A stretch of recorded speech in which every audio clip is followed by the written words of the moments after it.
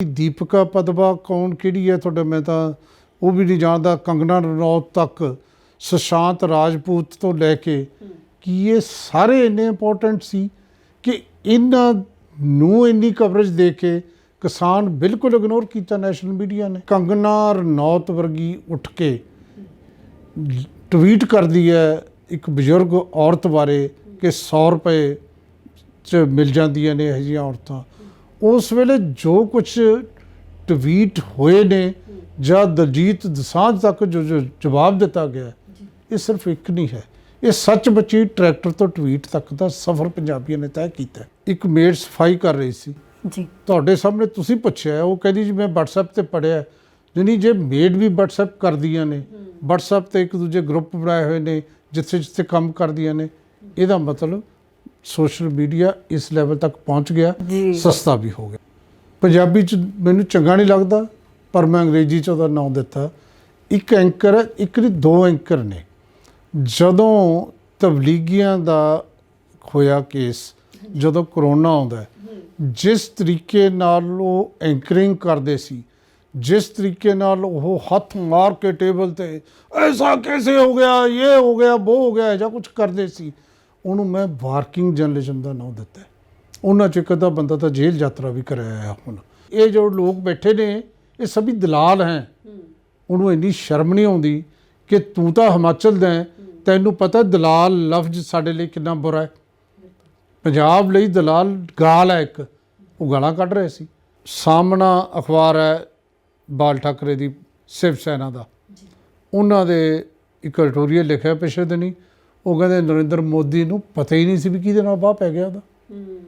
वो तो लोगों नूं डराउंदा रहा कि ईडी भेज दूँ, CBI भेज दूँ, इनकम टैक्स भेज दूँ। इन्हों किहदा डर है? इन्होंने ला लिया अगे। ना तो एंकर सच बोलता उन्हों का, जिहड़े मीडिया की मैं गल कर रहा, ना ही उन्होंने कैमरा सच बोलता। कैमरा तो उन्होंने कंगना रनौत नूं दिखा रहा है, तो कोई कैमरे की अख च टीर पै गया।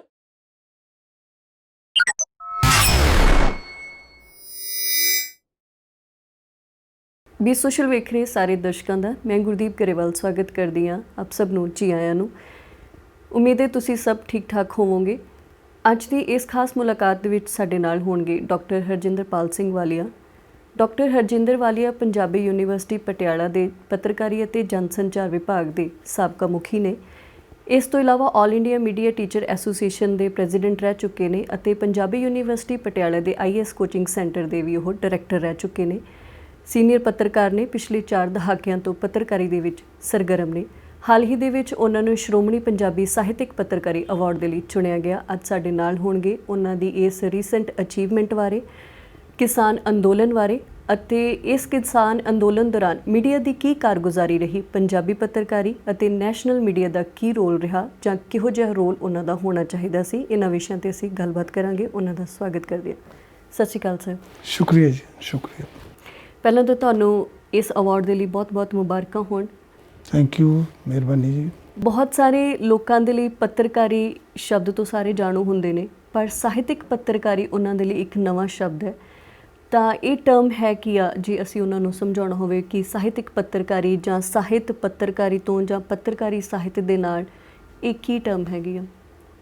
देखो गुरदीप, असल विच 3 शब्द ने जिहड़े समझने पैणे ने। पत्रकारी, पत्रकारी का मतलब अखबार, जिहड़ी खबर, जिहड़ी वो चीज़ संचार की वो विधा जिहड़ी तत्काली, जिहड़ी जिहड़ी रीसेंट कोई घटना वापरी है उहदे नाल डील करती है। एनीथिंग न्यू इज़ न्यूज़, ये कहने हैं। तो जिहड़ी न्यूज़ नाल डील करती है वो पत्रकारी है। जिहड़ी पत्रकारी है वो फैक्ट्स की, तत्थां दे आधारित हुंदी है। ਉਹਦੇ 'ਚ कोई कल्पना नहीं हुंदी, किसी किस्म के थोड़े अपने व्यूज़ भी नहीं हुंदे। बहुत बार न्यूज़ दे विच जदों न्यूज़ दे विच व्यूज़ हुंदे ने ਉਹਨੂੰ एनालिसिस कह दिंदे ਅਸੀਂ, पर वो पत्रकारी 'ਚ ही आउंदा। ਜਿਹੜਾ ਸਾਹਿਤ ਹੈ ਉਹਦੇ ਵਿੱਚ ਤੁਸੀਂ कोई भी बंदा कल्पना कर सकता, कुछ भी लिख सकता, ਜਿਹਨੂੰ फिक्शन कहने ਅਸੀਂ। कविता, कहानी, बहुत सारिया विधा, नाटक है साडे उत्थे। हाँ जी, अगे कविता के किन्ने रूप ने, गज़ल है, ब्लैंक वर्स है, ਇਸ ਤਰ੍ਹਾਂ ਛੋਟੀ ਕਹਾਣੀ, ਵੱਡੀ ਕਹਾਣੀ, ਨਾਵਲਟ, ਇਹ ਸਾਰਾ ਸਾਹਿਤ ਹੈ। ਇਹਨਾਂ ਦੇ ਵਿੱਚ ਫਿਰ ਇਨ ਬਿਟਵੀਨ ਸਾਹਿਤਕ ਪੱਤਰਕਾਰੀ ਆ, ਉਹਨੂੰ ਕਿਵੇਂ ਦੇਖੀਏ? ਇੱਕ ਤਾਂ ਉਹਦਾ ਤਰੀਕਾ ਦੇਖਣ ਦਾ ਇਹ ਹੈ, ਮੈਂ ਪੱਤਰਕਾਰੀ, ਸਾਹਿਤਕ ਪੱਤਰਕਾਰੀ 'ਚ ਪਹਿਲਾ ਬੰਦਾ ਸੀ ਹਿੰਦੀ, ਪੰਜਾਬੀ ਔਰ ਅੰਗਰੇਜ਼ੀ 'ਚ ਜਿਹਨੇ PhD ਕੀਤੀ ਸੀ। ਅੱਛਾ, ਜਾਣੀ ਇਹ ਤੋਂ ਪਹਿਲਾਂ ਇਹ 'ਤੇ ਰਿਸਰਚ ਨਹੀਂ ਹੋਈ ਸੀ। ਡਿਫਾਈਨ ਕਰਨ ਲਈ ਵੀ ਫਿਰ ਮੈਨੂੰ ਬਹੁਤ ਮਿਹਨਤ ਕਰਨੀ ਪਈ। ਬੜੀ ਸਿੱਧੀ ਡੈਫੀਨੇਸ਼ਨ ਹੈ, ਜਦੋਂ ਸਾਹਿਤ ਪੱਤਰਕਾਰੀ ਦੇ ਮੋਢਿਆਂ 'ਤੇ ਚੜ੍ਹ ਕੇ ਲੋਕਾਂ ਤੱਕ ਪਹੁੰਚਦਾ ਹੈ, ਉਹ ਸਾਹਿਤਕ ਪੱਤਰਕਾਰੀ ਹੈ। ਤੁਸੀਂ ਕੋਈ ਕਹਾਣੀ ਲਿਖੀ, ਤੁਸੀਂ ਕੋਈ ਕਵਿਤਾ ਲਿਖੀ, ਹੁਣ ਲੋਕਾਂ ਤੱਕ ਕਿਵੇਂ ਜਾਓਗੇ? ਤੁਸੀਂ ਕਿਸੇ ਮੈਗਜ਼ੀਨ 'ਚ, ਕਿਸੇ ਅਖਬਾਰ 'ਚ ਦਿਓਗੇ, ਹੈ ਉਹ ਸਾਹਿਤ, ਜਾ ਰਿਹਾ ਉਹ ਪੱਤਰਕਾਰੀ ਰਾਹੀਂ ਲੋਕਾਂ ਤੱਕ, ਸਾਹਿਤਕ ਪੱਤਰਕਾਰੀ ਹੋ ਗਈ। ਇਹਦਾ ਮਤਲਬ ਇਹ ਹੋ ਗਿਆ ਕਿ ਜਿਹੜੇ ਸਾਡੇ ਮੈਗਜ਼ੀਨ ਨੇ ਜਾਂ ਅਖਬਾਰਾਂ ਦੇ ਸਾਹਿਤਕ ਅੰਕ ਨੇ, ਉਹ ਸਾਹਿਤਕ ਪੱਤਰਕਾਰੀ ਨੇ। ਸਾਹਿਤ ਤੇ ਪੱਤਰਕਾਰੀ, ਉਹਨਾਂ ਦੇ ਦਰਮਿਆਨ ਫਿਰ ਇਹ ਨਵੀਂ ਵਿਧਾ ਖੜੀ ਹੋ ਗਈ ਨਾ, ਜਿਹੜੀ ਵਿਧਾ ਸਿੰਪਲ ਲਫ਼ਜ਼ਾਂ 'ਚ ਕਿ ਜਦੋਂ ਅਸੀਂ ਪੱਤਰਕਾਰੀ ਨੂੰ ਵਰਤਦੇ ਹਾਂ ਸਾਹਿਤ ਨੂੰ ਲੋਕਾਂ ਤੱਕ ਪਹੁੰਚਾਉਣ ਲਈ, ਇਹ ਤਾਂ ਇੱਕ ਹੋ ਗਿਆ। ਦੂਜਾ ਇਹ ਹੈ ਕਿ ਜਦੋਂ ਤੁਸੀਂ ਲਿਖਦੇ ਹੋ ਤੇ ਉਸ ਨੂੰ ਸਾਹਿਤਕ ਢੰਗ ਨਾਲ ਲਿਖਦੇ ਹੋ। ਸਾਹਿਤਕ ਢੰਗ ਕੀ ਹੈ?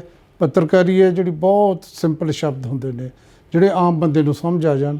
ਲੇਕਿਨ ਜੇ ਤੁਸੀਂ ਕਲਰਫੁਲ ਲੈਂਗੁਏਜ ਲਿਖੋਗੇ, ਤੁਸੀਂ ਜਿਹੜੇ ਹੈ ਵਧੀਆ ਵਧੀਆ ਵਿਸ਼ੇਸ਼ਣ ਲਾ ਕੇ ਲਿਖੋਗੇ, ਤੇ ਫਿਰ ਉਹ ਸ਼ਬਦਾਂ ਦੀ ਚੋਣ ਤੁਹਾਡੀ ਜਿਹੜੀ ਜਿਹਦੇ 'ਚ ਕਈ ਅਰਥ ਹੁੰਦੇ ਨੇ, ਉਸ ਤਰ੍ਹਾਂ ਦੇ ਸ਼ਬਦ ਜਦੋਂ ਚੁਣ ਕੇ ਤੁਸੀਂ ਲਿਖੋਗੇ, ਮੁਹਾਵਰੇ ਲਿਖੋਗੇ, ਇਹ ਜਦੋਂ ਜਿਹੜੀ ਤੁਹਾਡੀ ਆਪਣੀ ਇੱਕ ਵੱਖਰੀ ਸ਼ੈਲੀ ਹੋਏਗੀ, ਕਿਵੇਂ ਵੀ ਤੁਸੀਂ ਫਸਟ ਪਰਸਨ 'ਚ ਵੀ ਲਿਖ ਸਕਦੇ ਹੋ, ਤੁਸੀਂ ਸੈਕੰਡ, ਥਰਡ ਪਰਸਨ ਜਿਵੇਂ ਮਰਜ਼ੀ ਲਿਖ ਸਕਦੇ ਹੋ, ਜਿਹ 'ਚ ਕਲਪਨਾ ਦਾ ਵੀ ਸੁਮੇਲ ਹੋਊਗਾ, ਜਿਹਦੇ 'ਚ ਜਿਹੜੀ ਹੈ ਤੁਸੀਂ ਆਪਦੇ ਵਿਊਜ਼ ਵੀ ਦੇ ਸਕੋਗੇ।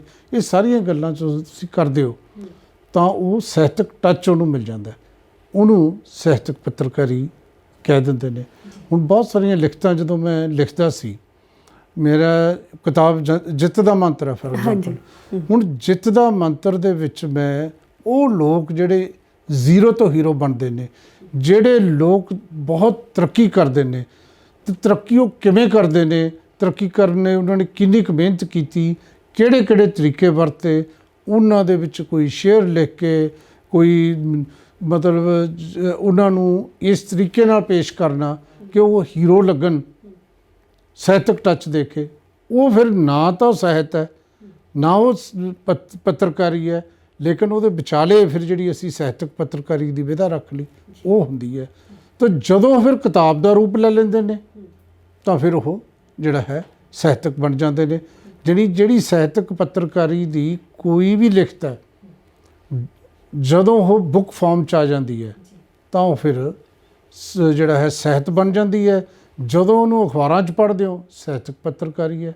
ਤੁਸੀਂ ਕਹਾਣੀਆਂ ਲਿਖਣੀਆਂ ਸ਼ੁਰੂ ਕਰ ਦਿਓ, ਹੁਣ ਸਾਡੇ ਦਰਸ਼ਕ ਬਹੁਤ ਕਹਾਣੀਆਂ ਪੜ੍ਹਦੇ ਤੇ ਲਿਖਦੇ ਨੇ, ਤੁਸੀਂ ਲਿਖਣੀਆਂ ਸ਼ੁਰੂ ਕਰਤੀਆਂ, ਕਹਾਣੀ ਲਿਖੀ ਅਖਬਾਰ ਨੂੰ ਭੇਜਤੀ, ਕਹਾਣੀ ਲਿਖੀ ਮੈਗਜ਼ੀਨ ਨੂੰ ਭੇਜਤੀ, 20-30 ਕਹਾਣੀਆਂ ਹੋ ਗਈਆਂ, ਉਹਦੀ ਕਿਤਾਬ ਛਪ ਗਈ। ਜਦੋਂ ਮੈਗਜ਼ੀਨ ਦੇ ਰਾਹੀਂ ਜਾਂਦੀ ਹੈ ਉਹ ਸਾਹਿਤਕ ਪੱਤਰਕਾਰੀ ਹੈ, ਜਦੋਂ ਕਿਤਾਬ ਛਪ ਜਾਂਦੀ ਹੈ ਉਹ ਸਾਹਿਤ। ਜਿਹੜਾ ਗੁਰਬਖਸ਼ ਸਿੰਘ ਪ੍ਰੀਤਲੜੀ ਦਾ ਸਾਰਾ ਸਾਹਿਤ ਪਹਿਲਾਂ ਸਾਹਿਤਕ ਪੱਤਰਕਾਰੀ ਦੇ ਅਧੀਨ ਆਉਂਦਾ, ਕਿਉਂਕਿ ਉਹ ਪ੍ਰੀਤਲੜੀ 'ਚ ਛਪਦਾ ਸੀ।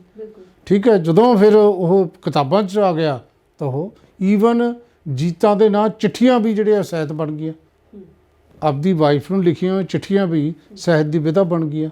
ਸੋ ਇਸ ਕਰਕੇ ਇਹ 3 ਵਿਧਾਵਾਂ ਨੇ, ਉਹਨਾਂ 'ਚੋਂ ਸਾਹਿਤਕ ਪੱਤਰਕਾਰੀ ਇੱਕ ਹੈ ਜਿਹਦੇ ਬਾਰੇ ਇਸ ਵਾਰ ਪੰਜਾਬ ਸਰਕਾਰ ਨੇ ਮੈਨੂੰ ਚੁਣਿਆ ਸ਼੍ਰੋਮਣੀ ਸਾਹਿਤਕ ਪੱਤਰਕਾਰ ਦੇ ਤੌਰ 'ਤੇ। ਜੀ, ਤੁਹਾਡੀ ਪੱਤਰਕਾਰੀ ਦਾ ਰੁਝਾਨ ਸ਼ੁਰੂ ਤੋਂ ਹੀ ਇਹੀ ਰਿਹਾ ਕਿ ਤੁਸੀਂ ਸਾਹਿਤਕ ਹੀ ਲਿਖਿਆ, ਜਾਂ ਫਿਰ ਇਹ ਤੁਹਾਡੀ ਵੀ ਇੱਕ ਜਰਨੀ ਦਾ ਪਾਰਟ ਰਿਹਾ ਕਿ ਤੁਹਾਡੀ ਟਰਾਂਸਫੋਰਮੇਸ਼ਨ ਹੋਈ ਹੈ ਤਾਂ ਕਿਸੇ ਇੱਕ ਦਹਾਕੇ ਤੋਂ ਬਾਅਦ ਜਾਂ 2 ਦਹਾਕਿਆਂ ਤੋਂ ਬਾਅਦ ਤੁਹਾਡੀ ਪੱਤਰਕਾਰੀ ਉਹ ਸਾਹਿਤਕ ਹੋਣ ਲੱਗੀ?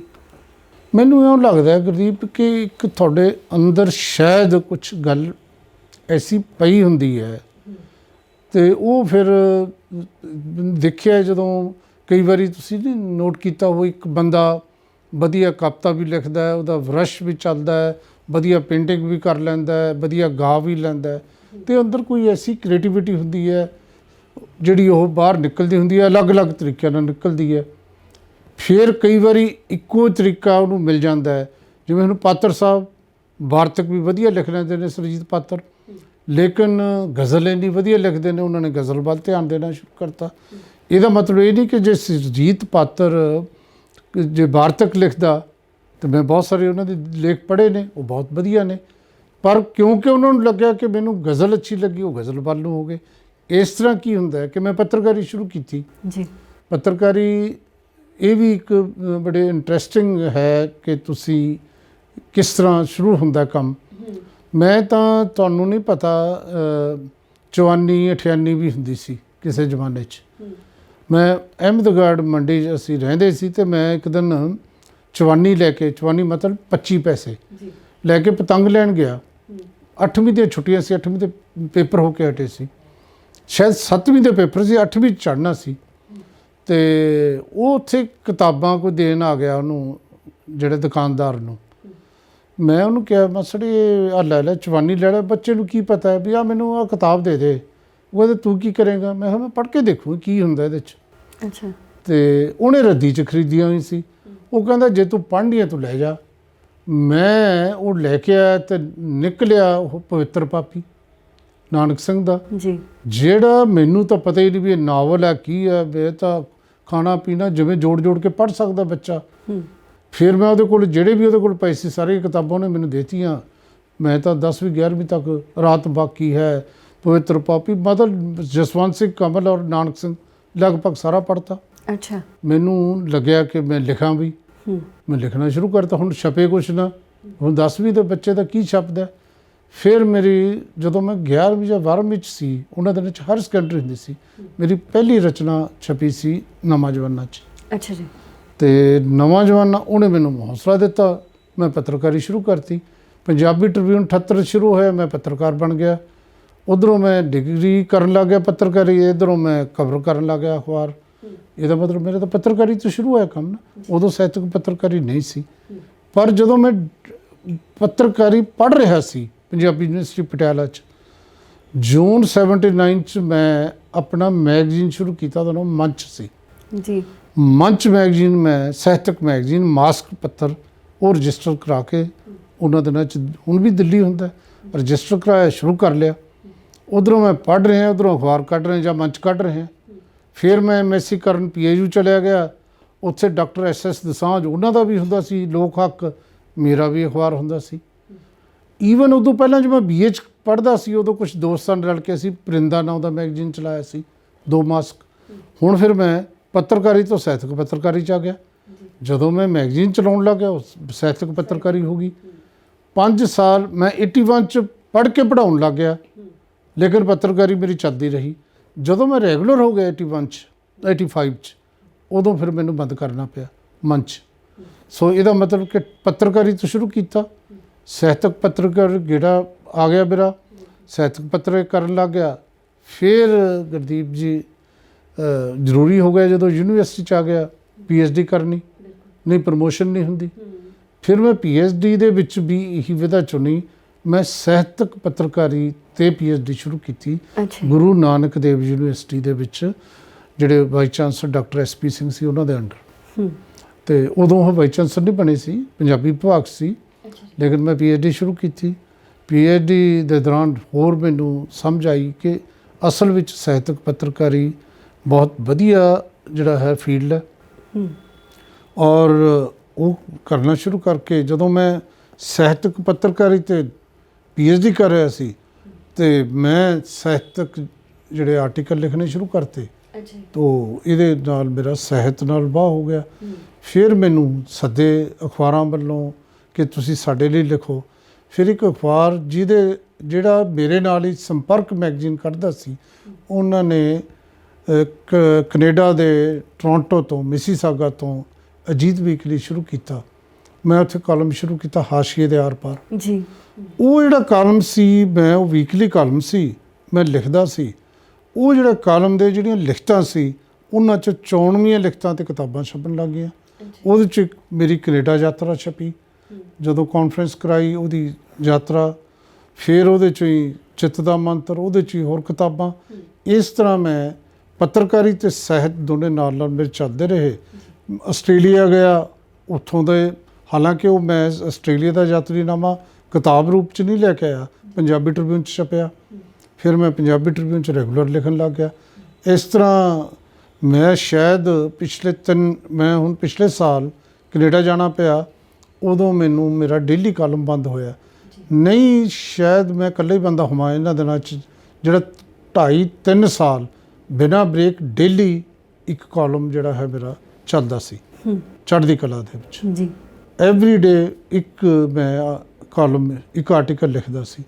ਸੋ ਇਸ ਤਰ੍ਹਾਂ ਮੇਰੀ ਮਤਲਬ ਇਹ ਸਫ਼ਰ ਚੱਲਦਾ। ਹੁਣ 2-3 ਕਿਤਾਬਾਂ ਛਪਣ ਵਾਲੀਆਂ ਪਈਆਂ ਨੇ, ਕਿਉਂਕਿ ਉਦੋਂ ਮੈਂ ਰੇਡੀਓ ਸ਼ੁਰੂ ਕਰ ਲਿਆ, ਰੇਡੀਓ ਜੀ ਪੰਜਾਬ। ਫਿਰ ਉਹ ਜਿਹੜੀ ਇਹੀ ਸਾਹਿਤ ਰੇਡੀਓ 'ਚ ਜਾਣ ਲੱਗ ਗਿਆ। ਫਿਰ ਟੀਵੀ 'ਚ ਆ ਗਿਆ ਮੈਂ। ਟੀਵੀ ਦੇ ਵਿੱਚ ਮੇਰੇ ਬੜਾ ਵਧੀਆ ਇੱਕ, ਮੈਂ ਆਪਣੇ ਆਪ ਨੂੰ ਇਸ ਕਰਕੇ ਵਧੀਆ ਕਹਿਣਾ ਕਿ ਜੇ ਤੁਸੀਂ YouTube 'ਤੇ ਜਾ ਕੇ ਦੇਖੋ, ਲੱਖਾਂ 'ਚ ਜਿਹੜੇ ਉਹਦੇ ਵਿਊਜ਼ ਹੋਏ ਨੇ। ਜਾਂ ਇੱਕ ਇੰਟਰਵਿਊ ਮੰਗਲ ਢਿੱਲੋਂ ਦੀ ਹੈ, ਜਾਂ ਇੱਕ ਮਨਜਿੰਦਰ ਸਿੰਘ ਬਿੱਟਾ ਦੀ ਖਰੀਆਂ ਗੱਲਾਂ ਨਾਂ ਸੀ ਉਹਦਾ, ਉਹ ਉਸ ਤਰ੍ਹਾਂ ਕਰਨਾ ਸ਼ੁਰੂ ਕਰਤਾ।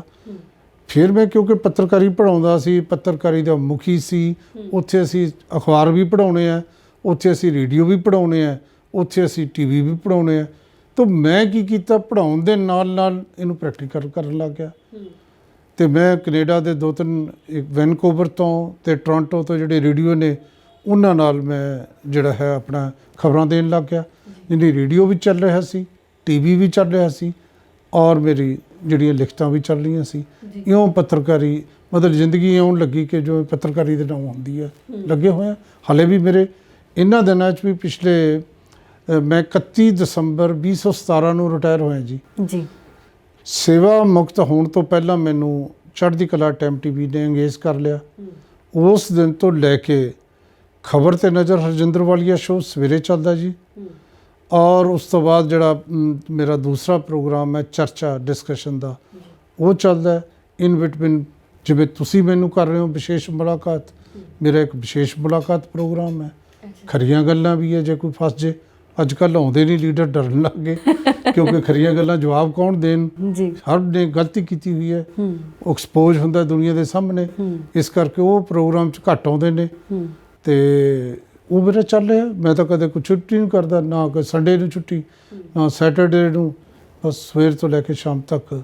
ਔਰ ਕ੍ਰਿਸ਼ਨ ਜੀ ਨੇ ਇੱਕ ਥਾਂ ਕਿਹਾ ਸੀ, if you want perfection enjoy your profession. ਜ਼ਿੰਦਗੀ ਦੇ ਵਿੱਚ ਜੇ ਕਿਸੇ ਨੇ ਪਰਫੈਕਸ਼ਨ ਲੈਣੀ ਹੈ ਤਾਂ ਉਹ ਜੋ ਵੀ ਕਰ ਰਿਹਾ ਉਹਨੂੰ ਇੰਜੋਏ ਕਰੋ। ਉਹਨੂੰ ਇਹ ਸਮਝ ਕੇ ਨਾ ਕਰੋ ਕਿ ਮੇਰੀ ਮਜਬੂਰੀ ਹੈ, ਜ਼ਿੰਮੇਵਾਰੀ ਹੈ। ਤੁਸੀਂ ਕਹੋ ਕਿ ਮੈਂ ਤਾਂ ਆਨੰਦ ਲੈ ਰਿਹਾ। ਤਾਂ ਜਦੋਂ ਤੁਸੀਂ ਇਸ ਤਰ੍ਹਾਂ ਸੋਚੋਗੇ, ਫਿਰ ਸੱਚਮੁੱਚ ਹੀ ਤੁਸੀਂ ਆਨੰਦ ਲੈਣਾ ਸ਼ੁਰੂ ਕਰ ਦੋਗੇ। ਔਰ ਪੱਤਰਕਾਰੀ ਮੈਨੂੰ ਚੰਗੀ ਲੱਗਦੀ ਹੈ। ਔਰ ਫਿਰ ਪੱਤਰਕਾਰੀ 'ਚ ਏਮ ਰੱਖ ਲਿਆ, ਨਾ ਕਾਹੂ ਸੇ ਵੈਰ ਨਾ ਕਾਹੂ ਸੇ ਦੋਸਤੀ। ਸੱਚ ਬੋਲੋ, ਤਾਂ ਨਿਰਪੱਖ ਹੋ ਕੇ ਬੋਲੋ, ਨਿਰਪੱਖ ਪੱਤਰਕਾਰੀ ਕਰੋ। ਅਤੇ ਮੇਰੀ ਮਜਬੂਰੀ ਸੀ। ਅਤੇ ਤੁਸੀਂ ਵੀ ਤਾਂ ਮੇਰੇ ਸਟੂਡੈਂਟ ਰਹੇ ਹੋ। ਅਤੇ ਜੇ ਮੈਂ ਇੱਧਰ ਉੱਧਰ ਹੁੰਨਾ ਅਤੇ ਫਿਰ ਸਟੂਡੈਂਟ ਆ ਕੇ ਸਵਾਲ ਕਰੂਗਾ ਕਿ ਵੀ ਤੁਸੀਂ ਸਾਨੂੰ ਤਾਂ ਪੜ੍ਹਾ ਰਹੇ ਸੀ, ਪੱਤਰਕਾਰ ਨੂੰ ਨਿਰਪੱਖ ਹੋਣਾ ਚਾਹੀਦਾ, ਯੈਲੋ ਜਰਨਲਿਜ਼ਮ ਨਹੀਂ ਕਰਨੀ ਚਾਹੀਦੀ, ਪੀਲੀ ਪੱਤਰਕਾਰੀ ਨਹੀਂ ਕਰਨੀ ਚਾਹੀਦੀ। ਜੇ ਮੈਂ ਆਪ ਹੀ ਕਰੂੰਗਾ ਫਿਰ ਮੈਂ ਕਿੱਧਰ ਖੜੂੰਗਾ। ਬਿਲਕੁਲ। ਤਾਂ ਜੇ ਨਾ ਵੀ ਖੜਨਾ ਹੈ, ਜ਼ਮੀਰ ਨੂੰ ਤਾਂ ਜਵਾਬ ਦੇਣੀ ਹੈ ਨਾ ਤੁਸੀਂ। ਤਾਂ ਫਿਰ ਮੈਂ ਆਪਣੇ ਆਪ ਨੂੰ ਇਹ ਸੋਚ ਕੇ ਬੈਠਦਾ ਸਵੇਰੇ ਜਦੋਂ ਮੈਂ ਆਪਦਾ ਪ੍ਰੋਗਰਾਮ ਸ਼ੁਰੂ ਕਰਦਾ ਜਾਂ ਕਦੇ ਐਂਕਰਿੰਗ ਕਰਦਾ, ਬਾਬਾ ਨਾਨਕ ਨੂੰ ਯਾਦ ਕਰਦਾ, ਸੱਚ ਸੁਣਾਈ ਸੀ ਸੱਚ ਕੀ ਵੇਲਾ। ਉਹ ਮੇਰੇ ਯਾਦ ਆ ਜਾਂਦਾ ਕਦੇ ਕਦੇ, ਤੁਹਾਡੇ ਲਈ ਖਾਸ ਤੌਰ 'ਤੇ ਐਂਕਰਸ ਲਈ ਜਾਂ ਬੋਲਣ ਵਾਲਿਆਂ ਲਈ। ਅਕਸ਼ੇ ਕੁਮਾਰ ਦੀ film I C Singh is king, ਹਾਂਜੀ, ਉਹਦੇ 'ਚ ਇੱਕ ਡਾਇਲਾਗ ਹੈ, ਉਹ ਕਹਿੰਦਾ ਤੂੰ ਤਾਂ ਬਹੁਤ ਵਧੀਆ ਗੱਲਾਂ ਕਰਨ ਲੱਗ ਗਿਆ। ਉਹ ਕਹਿੰਦਾ ਮੈਨੂੰ ਨਹੀਂ ਪਤਾ ਮੈਂ ਵਧੀਆ ਕਰਦਾ ਕਿ ਨਹੀਂ, ਪਰ ਮੈਂ ਸੱਚ ਬੋਲਦਾ, ਵਧੀਆ ਲੱਗਦੀਆਂ ਨੇ, ਲੱਗ ਜਾਂਦੀਆਂ ਨੇ। ਸੋ ਜੋ ਸੱਚ ਬੋਲੋਗੇ ਆਪ ਹੀ ਵਧੀਆ ਲੱਗੂਗਾ। ਤੇ ਕੋਸ਼ਿਸ਼ ਕਰ ਰਹੇ ਹਾਂ, ਕੋਈ ਦਾਵਾ ਨਹੀਂ, ਕੋਸ਼ਿਸ਼ ਹੈ ਕਿ ਸੱਚ ਲਿਖੀਏ, ਸੱਚ ਬੋਲੀਏ। ਔਰ ਬਾਬਾ ਫਰੀਦ ਦਾ ਇੱਕ ਸਲੋਕ ਯਾਦ ਰੱਖੀਦਾ, ਫਰੀਦਾ ਜੇ ਤੂੰ ਅਕਲ ਲਤੀਫ ਹੈ ਤਾਂ ਕਾਲੇ ਲਿਖਣਾ ਲੇਖ।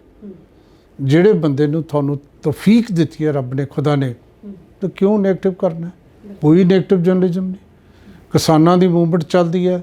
ਅੱਜ ਮੇਰਾ 68ਵਾਂ ਪ੍ਰੋਗਰਾਮ ਹੈ ਲਗਾਤਾਰ ਚਰਚਾ ਦਾ ਕਿਸਾਨਾਂ 'ਤੇ।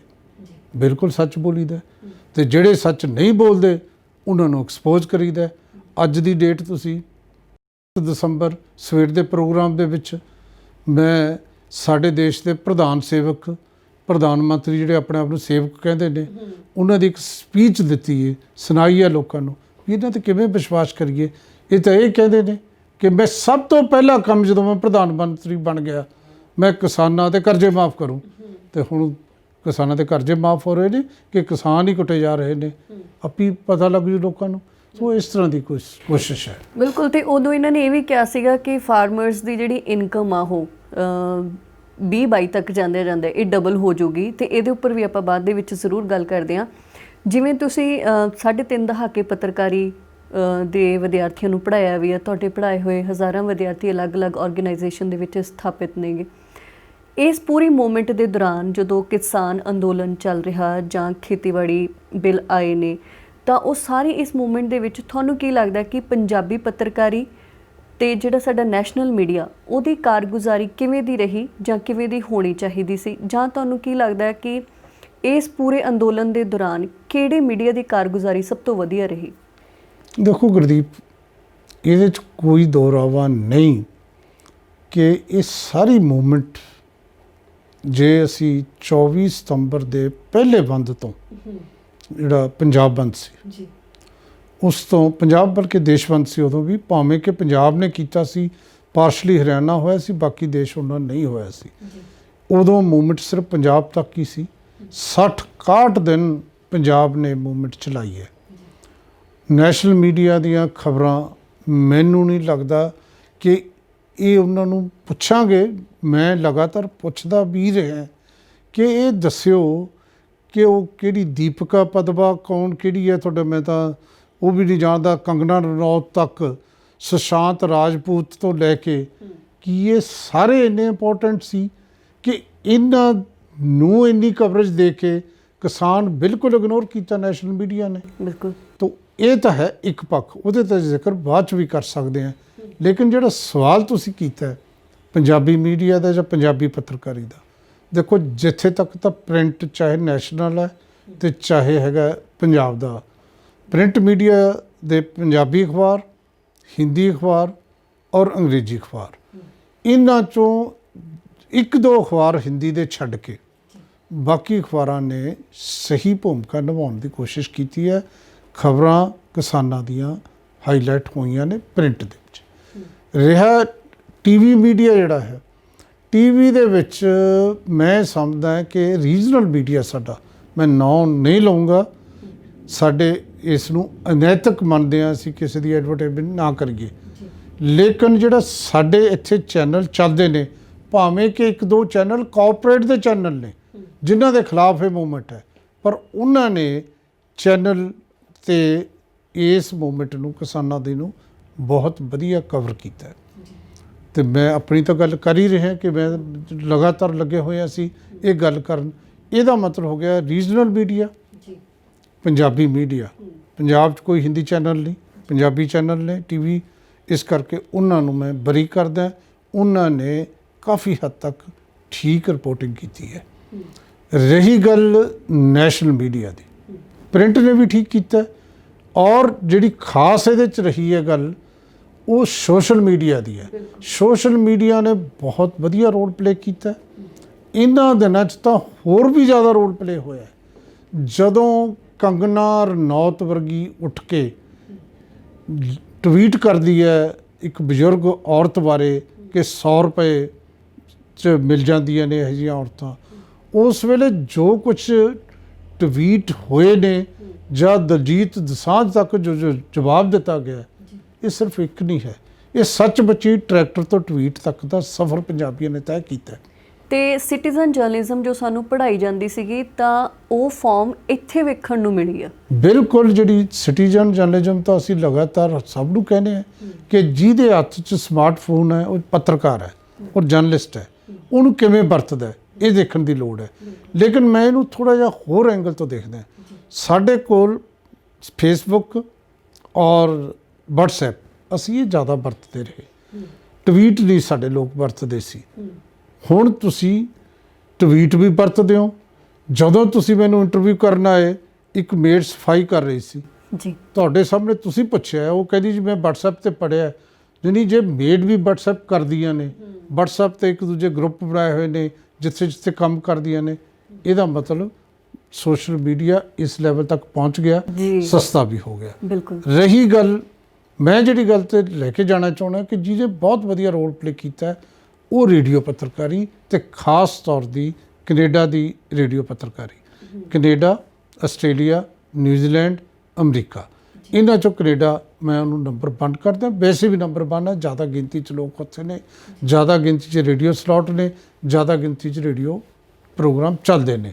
ਲੇਕਿਨ ਹੁਣ ਇਸ ਵਾਰ ਉੱਥੇ ਟੀਵੀ ਬੜੇ ਚੱਲਦੇ ਨੇ।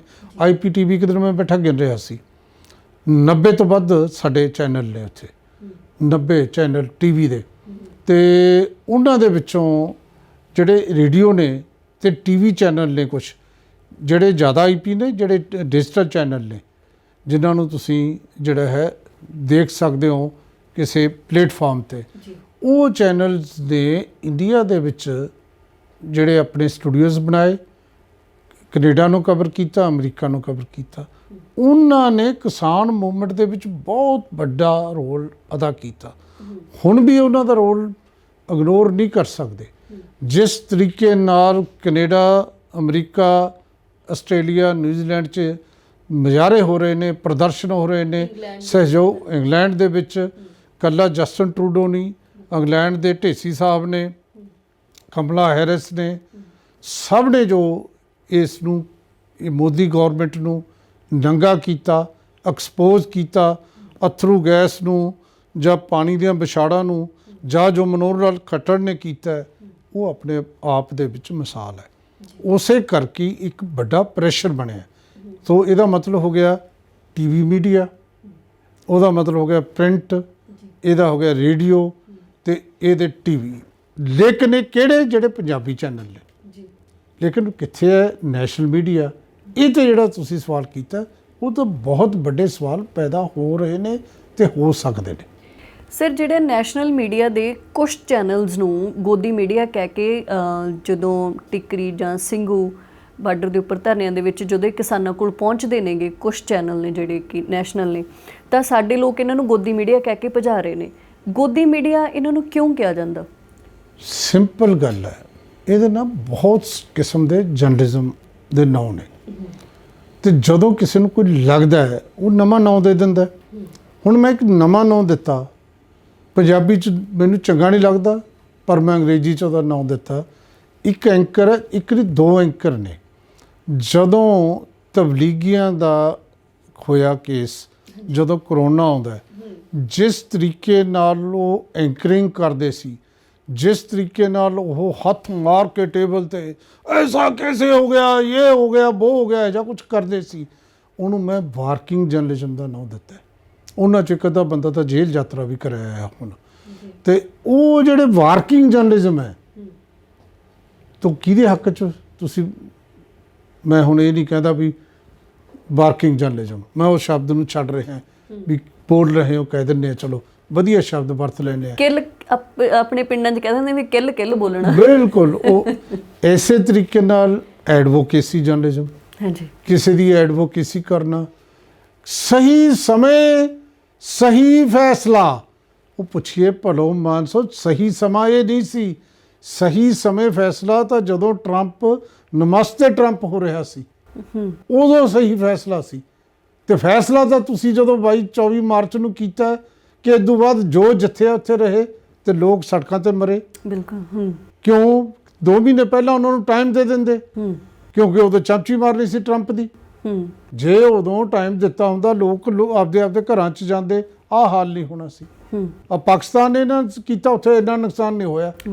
ਚਾਹੇ ਨੋਟਬੰਦੀ ਤੇ ਸਵਾਲ ਖੜਾ ਕਰ ਲਓ, ਤੇ ਚਾਹੇ ਤੁਸੀਂ ਲਾਕਡਾਊਨ ਤੇ ਕਰ ਲਓ, ਹਾਲੇ ਵੀ ਕਹੀ ਜਾਂਦੇ ਨੇ ਚੈਨਲ ਸਹੀ ਸਮੇਂ ਲਿਆ, ਸਹੀ ਫੈਸਲਾ। ਇਹ ਜਿਹੜੇ ਚੈਨਲ ਨੇ, ਇਹਨਾਂ ਨੂੰ ਕਹਿੰਦੇ ਅਸੀਂ ਜੈਸਮੈਨ ਜਰਨਲਿਜ਼ਮ, ਐਡਵੋਕੇਸੀ ਜਰਨਲਿਜ਼ਮ, ਕਿਸੇ ਦੀ ਐਡਵੋਕੇਸੀ ਕਰਨੀ, ਗੋਰਚਾ ਜਰਨਲਿਜ਼ਮ। ਬਹੁਤ ਕਿਸਮ ਦੇ ਜਰਨਲਿਜ਼ਮ ਨੇ। ਅੱਗੇ ਤੁਹਾਨੂੰ ਪੜ੍ਹਾਉਂਦੇ ਸੀ ਯੈਲੋ ਜਰਨਲਿਜ਼ਮ, ਹੁਣ ਯੈਲੋ ਜਰਨਲਿਜ਼ਮ ਤਾਂ ਬਹੁਤ ਮੂਲੀ ਗੱਲ ਰਹਿ ਗਈ। ਕਿਸੇ ਦੇ ਹੱਕ 'ਚ ਬੋਲਣਾ ਜਾਂ ਐਗਜ਼ੈਜਰੇਟ ਕਰਕੇ ਬੋਲਣਾ, ਮਾੜਾ ਮੋਟਾ ਕਿਸੇ ਨੂੰ ਬਲੈਕਮੇਲ ਕਰਨਾ, ਹੁਣ ਬਹੁਤ ਕੰਮ ਜ਼ਿਆਦਾ ਅੱਗੇ ਵਧਿਆ ਹੋਇਆ। ਹੁਣ ਜਿਹੜੇ ਬੰਦੇ ਇਸ ਤਰ੍ਹਾਂ ਕਰਦੇ ਨੇ, ਉਦੋਂ ਕਰਦੇ ਨੇ, ਉਹਦੇ ਹੱਕ 'ਚ ਬੋਲਦੇ ਨੇ, ਉਹਨਾਂ ਜਿਨ੍ਹਾਂ ਤੋਂ ਉਹ ਮਾਇਆ ਲੈਂਦੇ ਨੇ। ਇਹਦਾ ਮਤਲਬ ਜਾਂ ਆਪਾਂ ਸਿੱਧੇ ਲਫ਼ਜ਼ਾਂ 'ਚ ਕਹੀਏ ਕਿ ਜਿਹੜੇ ਮੋਦੀ ਦੀ ਗੋਦੀ 'ਚ ਬੈਠ ਕੇ ਕੰਮ ਕਰਦੇ ਨੇ, ਉਹਨੂੰ ਗੋਦੀ ਮੀਡੀਆ ਕਹਿੰਦੇ ਨੇ। ਸਰਕਾਰ ਦੇ ਬਿਨਾਂ ਮਤਲਬੋਂ ਹੱਕ 'ਚ ਬੋਲਣਾ, ਨਿਰਪੱਖ ਐਨਾਲਿਸਿਸ ਨਾ ਕਰਨਾ, ਇਹਨੂੰ ਗੋਦੀ ਮੀਡੀਆ ਕਹਿ ਰਹੇ ਨੇ। ਜਿਹੜੇ ਲੋਕਾਂ ਦੀ ਤੁਸੀਂ ਜਿਹੜਾ ਸਵਾਲ ਕੀਤਾ, ਅਸਲ ਜੇ ਐਨਾਲਿਸਿਸ ਕਰੋ ਨਾ, ਅਸੀਂ ਪੱਤਰਕਾਰੀ 'ਚ ਤੁਹਾਨੂੰ ਪੜ੍ਹਾਇਆ ਸੀ ਕੰਟੈਂਟ ਐਨਾਲਿਸਿਸ ਹੁੰਦਾ ਹੈ। ਜੇ ਕੰਟੈਂਟ ਦਾ ਐਨਾਲਿਸਿਸ ਕਰੋ, ਤੁਹਾਨੂੰ ਪਤਾ ਲੱਗ ਜਾਊ ਵੀ ਇਹਨਾਂ ਨੇ ਕੀ ਕੀਤਾ। ਇਹ ਸਾਰੇ ਐਂਗਲ ਜਰਨਲਿਜ਼ਮ ਕਰਦੇ ਨੇ। ਤੁਸੀਂ ਕਹੋ ਜੀ ਐਂਗਲ ਜਰਨਲਿਜ਼ਮ ਕੀ ਹੈ? ਐਂਗਲ ਜਰਨਲਿਜ਼ਮ ਹੁੰਦਾ ਹੈ ਕਿ ਸ਼ਾਮ ਨੂੰ 7 ਤੋਂ ਲੈ ਕੇ 10 ਵਜੇ ਤੱਕ ਜਿਹੜੇ ਇਹ ਬਹਿਸਾਂ ਕਰਦੇ ਨੇ, ਡਿਬੇਟ ਕਰਦੇ ਨੇ, ਉਹਨੂੰ ਇੱਕ ਐਂਗਲ ਦੇ ਦਿੰਦੇ ਨੇ। ਫਾਰ ਐਗਜ਼ਾਮਪਲ, ਇੱਕ ਚੈਨਲ ਆਉਂਦਾ ਹੈ, ਕੈਮਰਾ ਘੁਮਾ ਰਿਹਾ ਹੈ, ਪਹਿਲਾਂ ਕਦੇ ਨਹੀਂ ਆਇਆ 60 ਦਿਨ। 60 ਦਿਨ ਜਦੋਂ ਰੇਲਵੇ ਟਰੈਕ 'ਤੇ ਬੈਠੇ ਨੇ ਪੰਜਾਬ ਦੇ ਕਿਸਾਨ, ਕੋਈ ਚੈਨਲ ਨਹੀਂ ਉੱਥੇ ਆਇਆ ਗੋਦੀ ਮੀਡੀਆ ਦਾ, ਕਿਸੇ ਨੇ ਕੋਈ ਗੱਲ ਨਹੀਂ ਕੀਤੀ।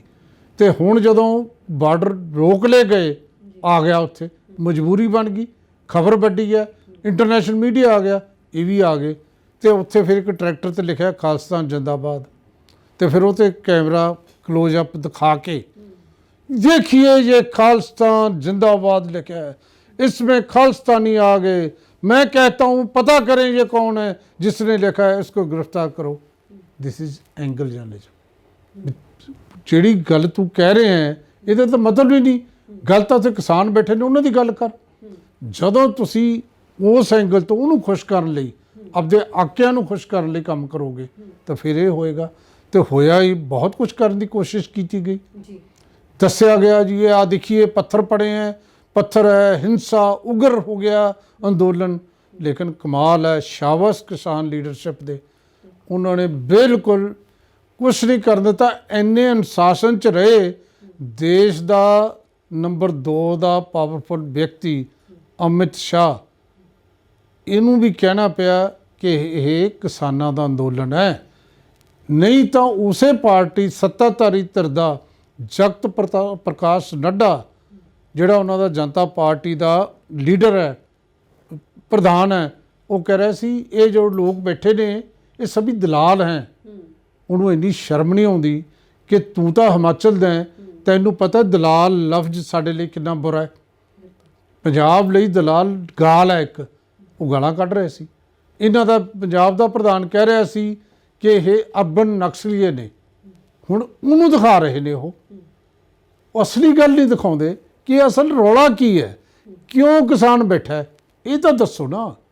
तो जे दिखाना है तो आह दिखाना है, MSP थी, रहेगी, है, ये की है डायलॉग? ये कले कले बोली जाते हैं, उही दिखाई जाते हैं। तो फिर किसान अडिग रहे। तो हुण तुसीं देखदे हो कि पहली बार सामना अखबार है बाल ठाकरे की शिव सेना का, उन्होंने एक एडिटोरीअल लिखा पिछले दिनी, वो कहते नरेंद्र मोदी नूं पता ही नहीं सी भी किहदे नाल बाह पै गया। वो तो लोगों नूं डराउंदा रहा कि ED भेज दूँ, CBI भेज दूँ, इनकम टैक्स भेज दूँ। इन्हां नूं किहदा डर है?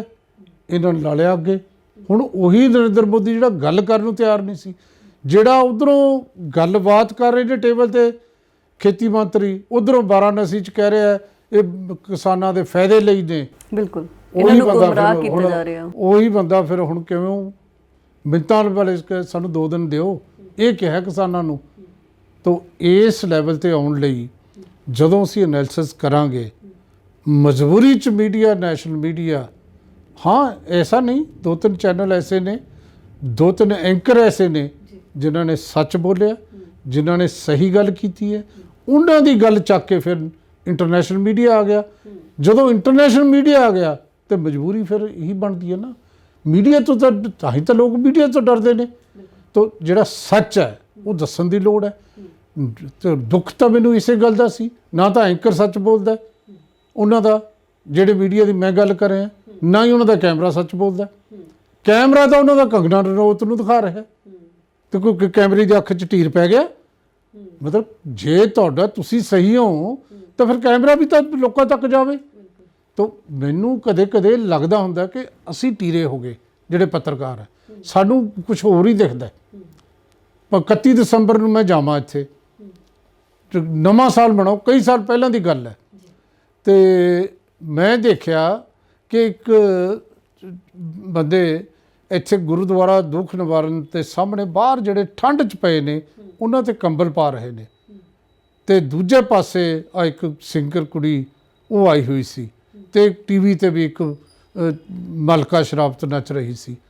ਤੇ ਮੈਂ ਉਦੋਂ ਲਿਖਿਆ ਸੀ ਕਿ ਸਾਡੀ ਕੈਮਰੇ ਦੀ ਅੱਖ ਨੂੰ ਕੀ ਹੋ ਗਿਆ, ਇਹਨਾਂ ਨੂੰ ਮਲਕਾ ਸ਼ਰਾਫਤ ਦਾ ਅੱਧਨੰਗਾ ਡਾਂਸ ਹੀ ਨਜ਼ਰ ਆਉਂਦਾ, ਇਹਨਾਂ ਨੂੰ ਇਹ ਜਿਹੜੇ ਪਏ ਨੇ ਸੜਕਾਂ 'ਤੇ ਤਾਂ ਜਾ ਉਹਨਾਂ 'ਤੇ ਜਿਹੜੇ ਕੰਬਲ ਪਾ ਰਹੇ ਨੇ ਠੁਰ ਕਰਦੇ ਆ, ਤੇ ਉਹ ਸਾਡਾ ਕੈਮਰਾ ਕਿੱਥੇ ਚਲਾ ਜਾਂਦਾ। ਸੱਚਮੁੱਚ ਹੀ ਇਹ ਪੱਤਰਕਾਰੀ ਨਹੀਂ ਹੈ। ਪੱਤਰਕਾਰੀ ਤਾਂ ਉਹ ਹੈ ਕਿ ਜਿਹੜੀ ਲੋਕਾਂ ਦੀ ਗੱਲ ਕਰਦੀ ਹੈ। ਤੇ ਹੁਣ ਤਾਂ ਗੱਲ ਵੀ ਇਹ ਬਣ ਗਈ ਨਾ, ਦੋ ਧੜਿਆਂ 'ਚ ਖਲਕਤ ਵੰਡੀ, ਇੱਕ ਲੋਕਾਂ ਦਾ, ਇੱਕ ਜੋਕਾਂ ਦਾ। ਲੋਕਾਂ ਨਾਲ ਖੜਨਾ ਜਾਂ ਜੋਕਾਂ ਨਾਲ ਖੜਨਾ, ਔਰ ਇਸ ਲੈਵਲ 'ਤੇ ਪੱਤਰਕਾਰੀ ਇਹ ਜਿਹੜੀ ਕਿਸਾਨ ਮੂਵਮੈਂਟ ਦੀ ਹੋ ਰਹੀ ਹੈ ਇਹ ਬੜੇ ਨਿਰਣੇ ਕਰੂਗੀ। ਤੁਸੀਂ ਗੁਰਦੀਪ ਸਾਰੇ ਲੋਕ ਇੱਕ ਇਤਿਹਾਸ ਨੂੰ ਬਣਦਾ ਦੇਖ ਰਹੇ ਹੋ। ਆਜ਼ਾਦੀ ਤੋਂ ਬਾਅਦ ਕੀ ਆਜ਼ਾਦੀ ਤੋਂ ਪਹਿਲਾਂ ਜੇ ਪੜ੍ਹੀਏ ਤਾਂ ਸਿਰਫ ਐਡੀ ਵੱਡੀ ਲਹਿਰ ਗੁਰਦੁਆਰਾ ਸੁਧਾਰ ਲਹਿਰ ਸੀ, ਜਦੋਂ ਸ਼੍ਰੋਮਣੀ ਗੁਰਦੁਆਰਾ ਪ੍ਰਬੰਧਕ ਕਮੇਟੀ ਬਣਦੀ ਹੈ। ਉਸ ਤੋਂ ਬਾਅਦ ਇਹ ਲਹਿਰ ਹੈ ਐਡੀ ਵੱਡੀ ਜਿਹੜੀ ਚੱਲੀ, ਆਪ ਮਹਾਰੇ ਚੱਲੀ, ਜੋ ਕੁਛ ਹੁਣ ਉੱਥੇ ਹੋ ਰਿਹਾ। ਤੇ ਜੇ ਤੁਸੀਂ ਜਿਹੜੇ ਉੱਥੇ ਸੱਚ ਦਿਖਾ ਰਹੇ ਨੇ ਉਹਨਾਂ ਦਾ ਮੁੱਲ ਪਊਗਾ।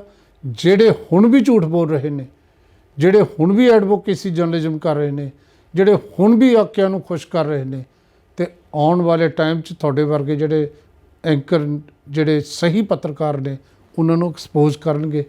ਤੁਸੀਂ ਦੇਖਿਓ ਲੋਕਾਂ ਨੇ ਜੁੱਤੀਆਂ ਮਾਰਨੀਆਂ ਨੇ ਇਹੋ ਜਿਹੇ ਬੰਦਿਆਂ 'ਤੇ। ਇਹ ਲੋਕ ਇੰਨੇ ਅਵੇਅਰ ਹੋ ਗਏ, ਲੋਕ ਤਾਂ ਹੁਣ ਸਿਆਸੀ ਬੰਦਿਆਂ ਨੂੰ ਇਰੈਲੀਵੈਂਟ ਕਰਕੇ ਰੱਖਤਾ। ਸਿਆਸੀ ਬੰਦੇ ਜਿਹੜੇ ਟੋਟਲ ਇਰੈਲੀਵੈਂਟ ਹੋ ਗਏ ਨੇ ਇਸ ਮੂਵਮੈਂਟ ਦੇ ਵਿੱਚ ਜੀ। ਉਹਨਾਂ ਨੂੰ ਮਜਬੂਰੀ ਹੈ ਉਹਨਾਂ ਦੀ, ਚਾਹੇ ਹਰਸਿਮਰਤ ਦਾ ਅਸਤੀਫਾ ਦੇਣਾ ਹੋਵੇ, ਚਾਹੇ ਸਰਦਾਰ ਪ੍ਰਕਾਸ਼ ਸਿੰਘ ਬਾਦਲ ਦਾ ਸਨਮਾਨ ਵਾਪਸੀ ਹੋਵੇ, ਕੁਛ ਹੋਵੇ, ਉਹ ਏਜੰਡਾ ਫਿਕਸ ਕਰਕੇ ਰੱਖਤਾ ਕਿਸਾਨਾਂ ਨੇ। ਤਾਂ ਉਸ ਏਜੰਡੇ ਦੇ ਵਿੱਚ ਜੇ ਇਹਨਾਂ ਦਾ ਗੋਦੀ ਮੀਡੀਆ ਦਾ ਆਪਦਾ ਏਜੰਡਾ ਇਂ ਚੱਲੂਗਾ, ਇਹ ਵੀ ਮਾਰੇ ਜਾਣਗੇ। ਔਰ ਮੈਂ ਦੇਖਿਆ ਇੱਕ ਥਾਂ 'ਤੇ ਟਿੱਕਰੀ ਬਾਰਡਰ 'ਤੇ ਬੰਦਾ ਖੜਾ ਹੈ, ਤੇ ਉਹਦੇ ਹੱਥ 'ਚ ਮੈਂ ਨਾਂ ਨਹੀਂ ਲਊਂਗਾ, 4-5 ਚੈਨਲਸ ਦੇ ਜਿਨ੍ਹਾਂ ਨੂੰ ਤੁਸੀਂ ਗੋਦੀ ਮੀਡੀਆ ਕਿਹਾ, ਉਹਨਾਂ ਦੇ ਉਹਨੇ ਪੋਸਟਰ ਚੱਕੇ ਹੋਏ ਨੇ, ਔਰ ਲੋਕਾਂ ਨੂੰ ਐਡਰੈਸ ਕਰ ਰਿਹਾ ਹੈ, ਔਰ ਬਹੁਤ ਵਧੀਆ ਅੰਗਰੇਜ਼ੀ 'ਚ ਬੋਲ ਰਿਹਾ ਹੈ, ਹਿੰਦੀ 'ਚ। ਇਹ ਦੱਸਣ ਲਈ ਤੁਸੀਂ ਸਾਨੂੰ ਇਹ ਨਾ ਸਮਝੋ ਸਾਨੂੰ ਅੰਗਰੇਜ਼ੀ ਨਹੀਂ ਆਉਂਦੀ, ਇਹ ਵੀ ਨਾ ਸਮਝੋ ਵੀ ਅਸੀਂ ਹਿੰਦੀ 'ਚ ਨਹੀਂ, ਅਸੀਂ ਤੁਹਾਨੂੰ ਦੱਸਣਾ ਚਾਹੁੰਦੇ ਹਾਂ ਸਿਰਫ ਅਸੀਂ ਆਪਦੀ ਮਾਂ ਬੋਲੀ 'ਚ ਇਸ ਕਰਕੇ ਬੋਲਦੇ, ਅਸੀਂ ਆਪਦੀ ਮਾਂ ਨੂੰ ਪਿਆਰ ਕਰਦੇ ਹਾਂ। ਲੇਕਿਨ ਜਿਹੜੇ ਤੁਸੀਂ ਜਿਹੜੇ ਉੱਤੇ ਚੈਨਲ ਨੇ, ਤੁਸੀਂ ਆ ਕੇ ਦੇਖਿਓ, ਅਸੀਂ ਇਹਨਾਂ ਨੂੰ ਕੋਈ ਬਾਈਟ ਨਹੀਂ ਦੇਣੀ। ਔਰ ਮੈਂ ਇੱਕ ਚੈਨਲ ਦੀ ਕੁੜੀ ਜਿਹੜੀ ਐਂਕਰ ਹੈ ਉਹਨੂੰ ਭਜਾਉਂਦੇ ਦੇਖਿਆ, ਤੇ ਇੱਕ ਪੱਥਰ ਵੀ ਕਿਸੇ ਦੇ ਲੱਗਿਆ। ਹਾਲਾਂਕਿ ਉਦੋਂ ਮੈਂ ਕਿਹਾ ਸੀ ਕਿ ਅਸੀਂ ਇਹ ਕੰਮ ਨਹੀਂ ਕਰਨਾ, ਤੁਸੀਂ ਸੱਚ ਦਿਖਾਈ ਚੱਲੋ। ਆਪੀ ਜਿਹੜਾ ਸੋਸ਼ਲ ਮੀਡੀਆ ਨਾ, ਇਹਦੀ ਇਹੀ ਤਾਂ ਖੂਬਸੂਰਤੀ ਹੈ। ਜਿਹੜਾ ਤੁਸੀਂ ਸਿਟੀਜ਼ਨ ਜਰਨਲਿਜ਼ਮ ਕਿਹਾ ਹੈ ਨਾ, ਇਹੀ ਕਮਾਲ ਹੈ। ਹੁਣ ਜਿਹੜਾ ਮੇਨ ਸਟ੍ਰੀਮ ਮੀਡੀਆ ਹੈ, ਜਿਹੜਾ ਹੁਣ ਗੋਦੀ ਮੀਡੀਆ ਹੈ, ਉਹ ਜ਼ਿਆਦਾ ਚਿਰ ਝੂਠ ਨਹੀਂ ਦਿਖਾ ਸਕਦਾ। ਬਿਲਕੁਲ। ਕਿਵੇਂ ਦਿਖਾ ਦੋਗੇ ਤੁਸੀਂ ਕਿਵੇਂ ਕਹਿ ਦੋਗੇ ਮਨੋਹਰ ਲਾਲ ਖੱਟੜ ਨੇ ਕਿ ਉੱਥੇ ਰੋਕਾਂ ਨਹੀਂ ਲਾਈਆਂ? ਤੁਸੀਂ ਜੇ ਉਹਨੇ ਰੋਕਾਂ ਜੇ ਪਾਣੀ ਦੀਆਂ ਵਿਛਾੜਾਂ ਛੱਡੀਆਂ ਨੇ ਤਾਂ ਮੋਬਾਈਲ ਨੇ ਕਵਰ ਕਰਕੇ ਲਾਈਵ ਦਿਖਾਇਆ। ਬਿਲਕੁਲ। ਤੇ ਝੂਠ ਕਿੱਥੋਂ ਬੋਲੂ ਉਹ? ਤਾਂ ਹੁਣ ਝੂਠ ਬੋਲਣਾ ਬਹੁਤ ਔਖਾ ਹੋ ਗਿਆ। ਹਰ ਬੰਦੇ ਦੇ ਹੱਥ ਦੇ ਵਿੱਚ ਕੈਮਰਾ ਤੇ ਉਹ ਰਿਕਾਰਡ ਕਰ ਰਿਹਾ। ਮੈਨੂੰ ਲੱਗਦਾ ਕਿ ਗੋਦੀ ਮੀਡੀਆ ਦੇ ਦਿਨ ਗਏ ਹੁਣ। ਬਿਲਕੁਲ। ਇਹ ਕੰਟਰੀ 'ਚ ਜਦੋਂ ਵੀ ਕਿਸੇ ਵੀ ਮਿਸ ਹੈਪਨਿੰਗ ਦੀ ਅਸੀਂ ਰਿਪੋਰਟ ਕਰਦੇ ਹਾਂ ਤਾਂ ਅਸੀਂ ਉੱਥੇ ਸ਼ੁਕਰ ਕਰਕੇ ਇਹ ਖਬਰ ਦਿੰਦੇ ਹਾਂ ਕਿ ਕਿਸੇ ਵੀ ਤਰ੍ਹਾਂ ਦਾ ਜਾਨੀ ਜਾਂ ਮਾਲੀ ਨੁਕਸਾਨ ਨਹੀਂ ਹੋਇਆ। ਪਰ ਪਹਿਲੀ ਵਾਰੀ ਕਿਸੇ ਐਜੀਟੇਸ਼ਨ ਦੇ ਵਿੱਚ ਜਾਂ ਕਿਸੇ ਵੀ ਇੱਕ ਅੰਦੋਲਨ ਦੇ ਵਿੱਚ ਸਰਕਾਰ ਨੇ ਖੁਦ ਮਾਲੀ ਨੁਕਸਾਨ ਕੀਤਾ, ਸੜਕਾਂ 'ਤੇ ਵੱਡੇ ਵੱਡੇ ਟੋਏ ਪੱਟ ਕੇ। ਤੇ ਸਰਕਾਰ ਦੇ ਇਸ ਫੈਸਲੇ ਨੂੰ ਜਾਂ ਇਸ ਸਿਆਣਪ ਨੂੰ ਤੁਸੀਂ ਕਿਵੇਂ ਦੇਖਦੇ ਹੋ? ਦੂਸਰੀ ਗੱਲ, ਜਦੋਂ ਅਸੀਂ ਕਹਿੰਦੇ ਹਾਂ ਕਿ ਸਾਡਾ ਲੋਕਤੰਤਰ ਆ, ਸਾਡੀ ਸਰਕਾਰ ਲੋਕਾਂ ਦੁਆਰਾ ਲੋਕਾਂ ਦੇ ਲਈ ਚੁਣੀ ਗਈ ਆ, ਫਿਰ ਲੋਕਾਂ ਦੀ ਇਹ ਗੱਲ ਸੁਣਨ ਦੇ ਲਈ ਸਰਕਾਰ ਨੂੰ ਇੰਨਾ ਸਮਾਂ ਕਿਉਂ ਲੱਗ ਰਿਹਾ? ਦੇਖੋ, ਪਹਿਲੀ ਤਾਂ ਗੱਲ ਸਰਕਾਰ ਨੂੰ ਇਸ ਗੱਲ ਦਾ ਪਤਾ ਹੈ। ਮੈਂ ਦੂਜੇ ਸਵਾਲ ਦਾ ਪਹਿਲਾਂ ਜਵਾਬ ਦੇ ਰਿਹਾ ਜੀ ਸਰ। ਸਰਕਾਰ ਨੂੰ ਇਸ ਗੱਲ ਦਾ ਪਤਾ ਹੈ ਕਿ ਅਸੀਂ ਗਲਤ ਕਰ ਰਹੇ ਹਾਂ। ਸਰਕਾਰ ਦੀ ਸਾਜ਼ਿਸ਼ ਤਾਂ ਉਸੇ ਵੇਲੇ ਸ਼ੁਰੂ ਹੋ ਗਈ ਸੀ ਜਦੋਂ ਲੋਕਡਾਊਨ ਲਾਇਆ। ਹੂੰ ਲੋਕਡਾਊਨ ਦੇ ਦੌਰਾਨ 3 ਆਰਡੀਨੈਂਸ ਆਏ।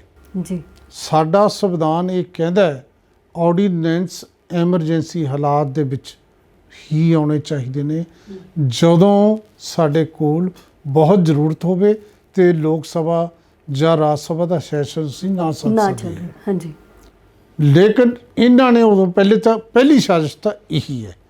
ਦੂਜੀ ਸਾਜ਼ਿਸ਼, ਜਦੋਂ ਵੀ ਲੋਕਤੰਤਰ 'ਚ ਜਦੋਂ ਕੋਈ ਵੀ ਕਾਨੂੰਨ ਬਣਦਾ ਹੈ, ਜਿਹੜੇ ਵੀ ਸਟੇਕ ਹੋਲਡਰ ਹੁੰਦੇ ਨੇ, ਜਿਨ੍ਹਾਂ ਨਾਲ ਸੰਬੰਧਿਤ ਕਾਨੂੰਨ ਹੁੰਦਾ ਹੈ, ਉਹਨਾਂ ਦੇ ਵਿੱਚ ਪਹਿਲਾਂ ਉਹ ਬਿੱਲ ਦੀ ਕਾਪੀ ਛੱਡੀ ਜਾਂਦੀ ਹੈ ਕਿ ਤੁਸੀਂ ਡਿਬੇਟ ਕਰੋ, ਡਿਸਕਸ ਕਰੋ, ਫਿਰ ਦੇਖਿਆ ਜਾਂਦਾ ਵੀ ਲੋਕ ਇਹਨੂੰ ਚਾਹੁੰਦੇ ਨੇ ਜਾਂ ਨਹੀਂ ਚਾਹੁੰਦੇ। ਇਹਨਾਂ ਨੇ ਤਾਂ ਕਿਸੇ ਨੂੰ ਦੱਸਿਆ ਹੀ ਨਹੀਂ, ਸਿੱਧੇ ਆਰਡੀਨੈਂਸ ਆ ਗਏ। 2 ਝੂਠ ਤਾਂ ਸ਼ੁਰੂ 'ਚ ਹੀ ਫੜੇ ਗਏ। ਇੱਕ ਤਾਂ ਆਰਡੀਨੈਂਸ ਜਿਹੜਾ ਹੈ ਲੈ ਕੇ ਆਉਣਾ, ਬਿਲਕੁਲ ਟਾਈਮ ਵੀ ਗਲਤ, ਇਹ ਵੀ ਗਲਤ। ਇਹਨਾਂ ਨੂੰ ਲੱਗਦਾ ਸੀ ਨਹੀਂ ਪਤਾ ਲੱਗੂ। ਫਿਰ ਆਰਡੀਨੈਂਸ ਹੈ ਕੀ, ਇਹ ਦੇਖੋ।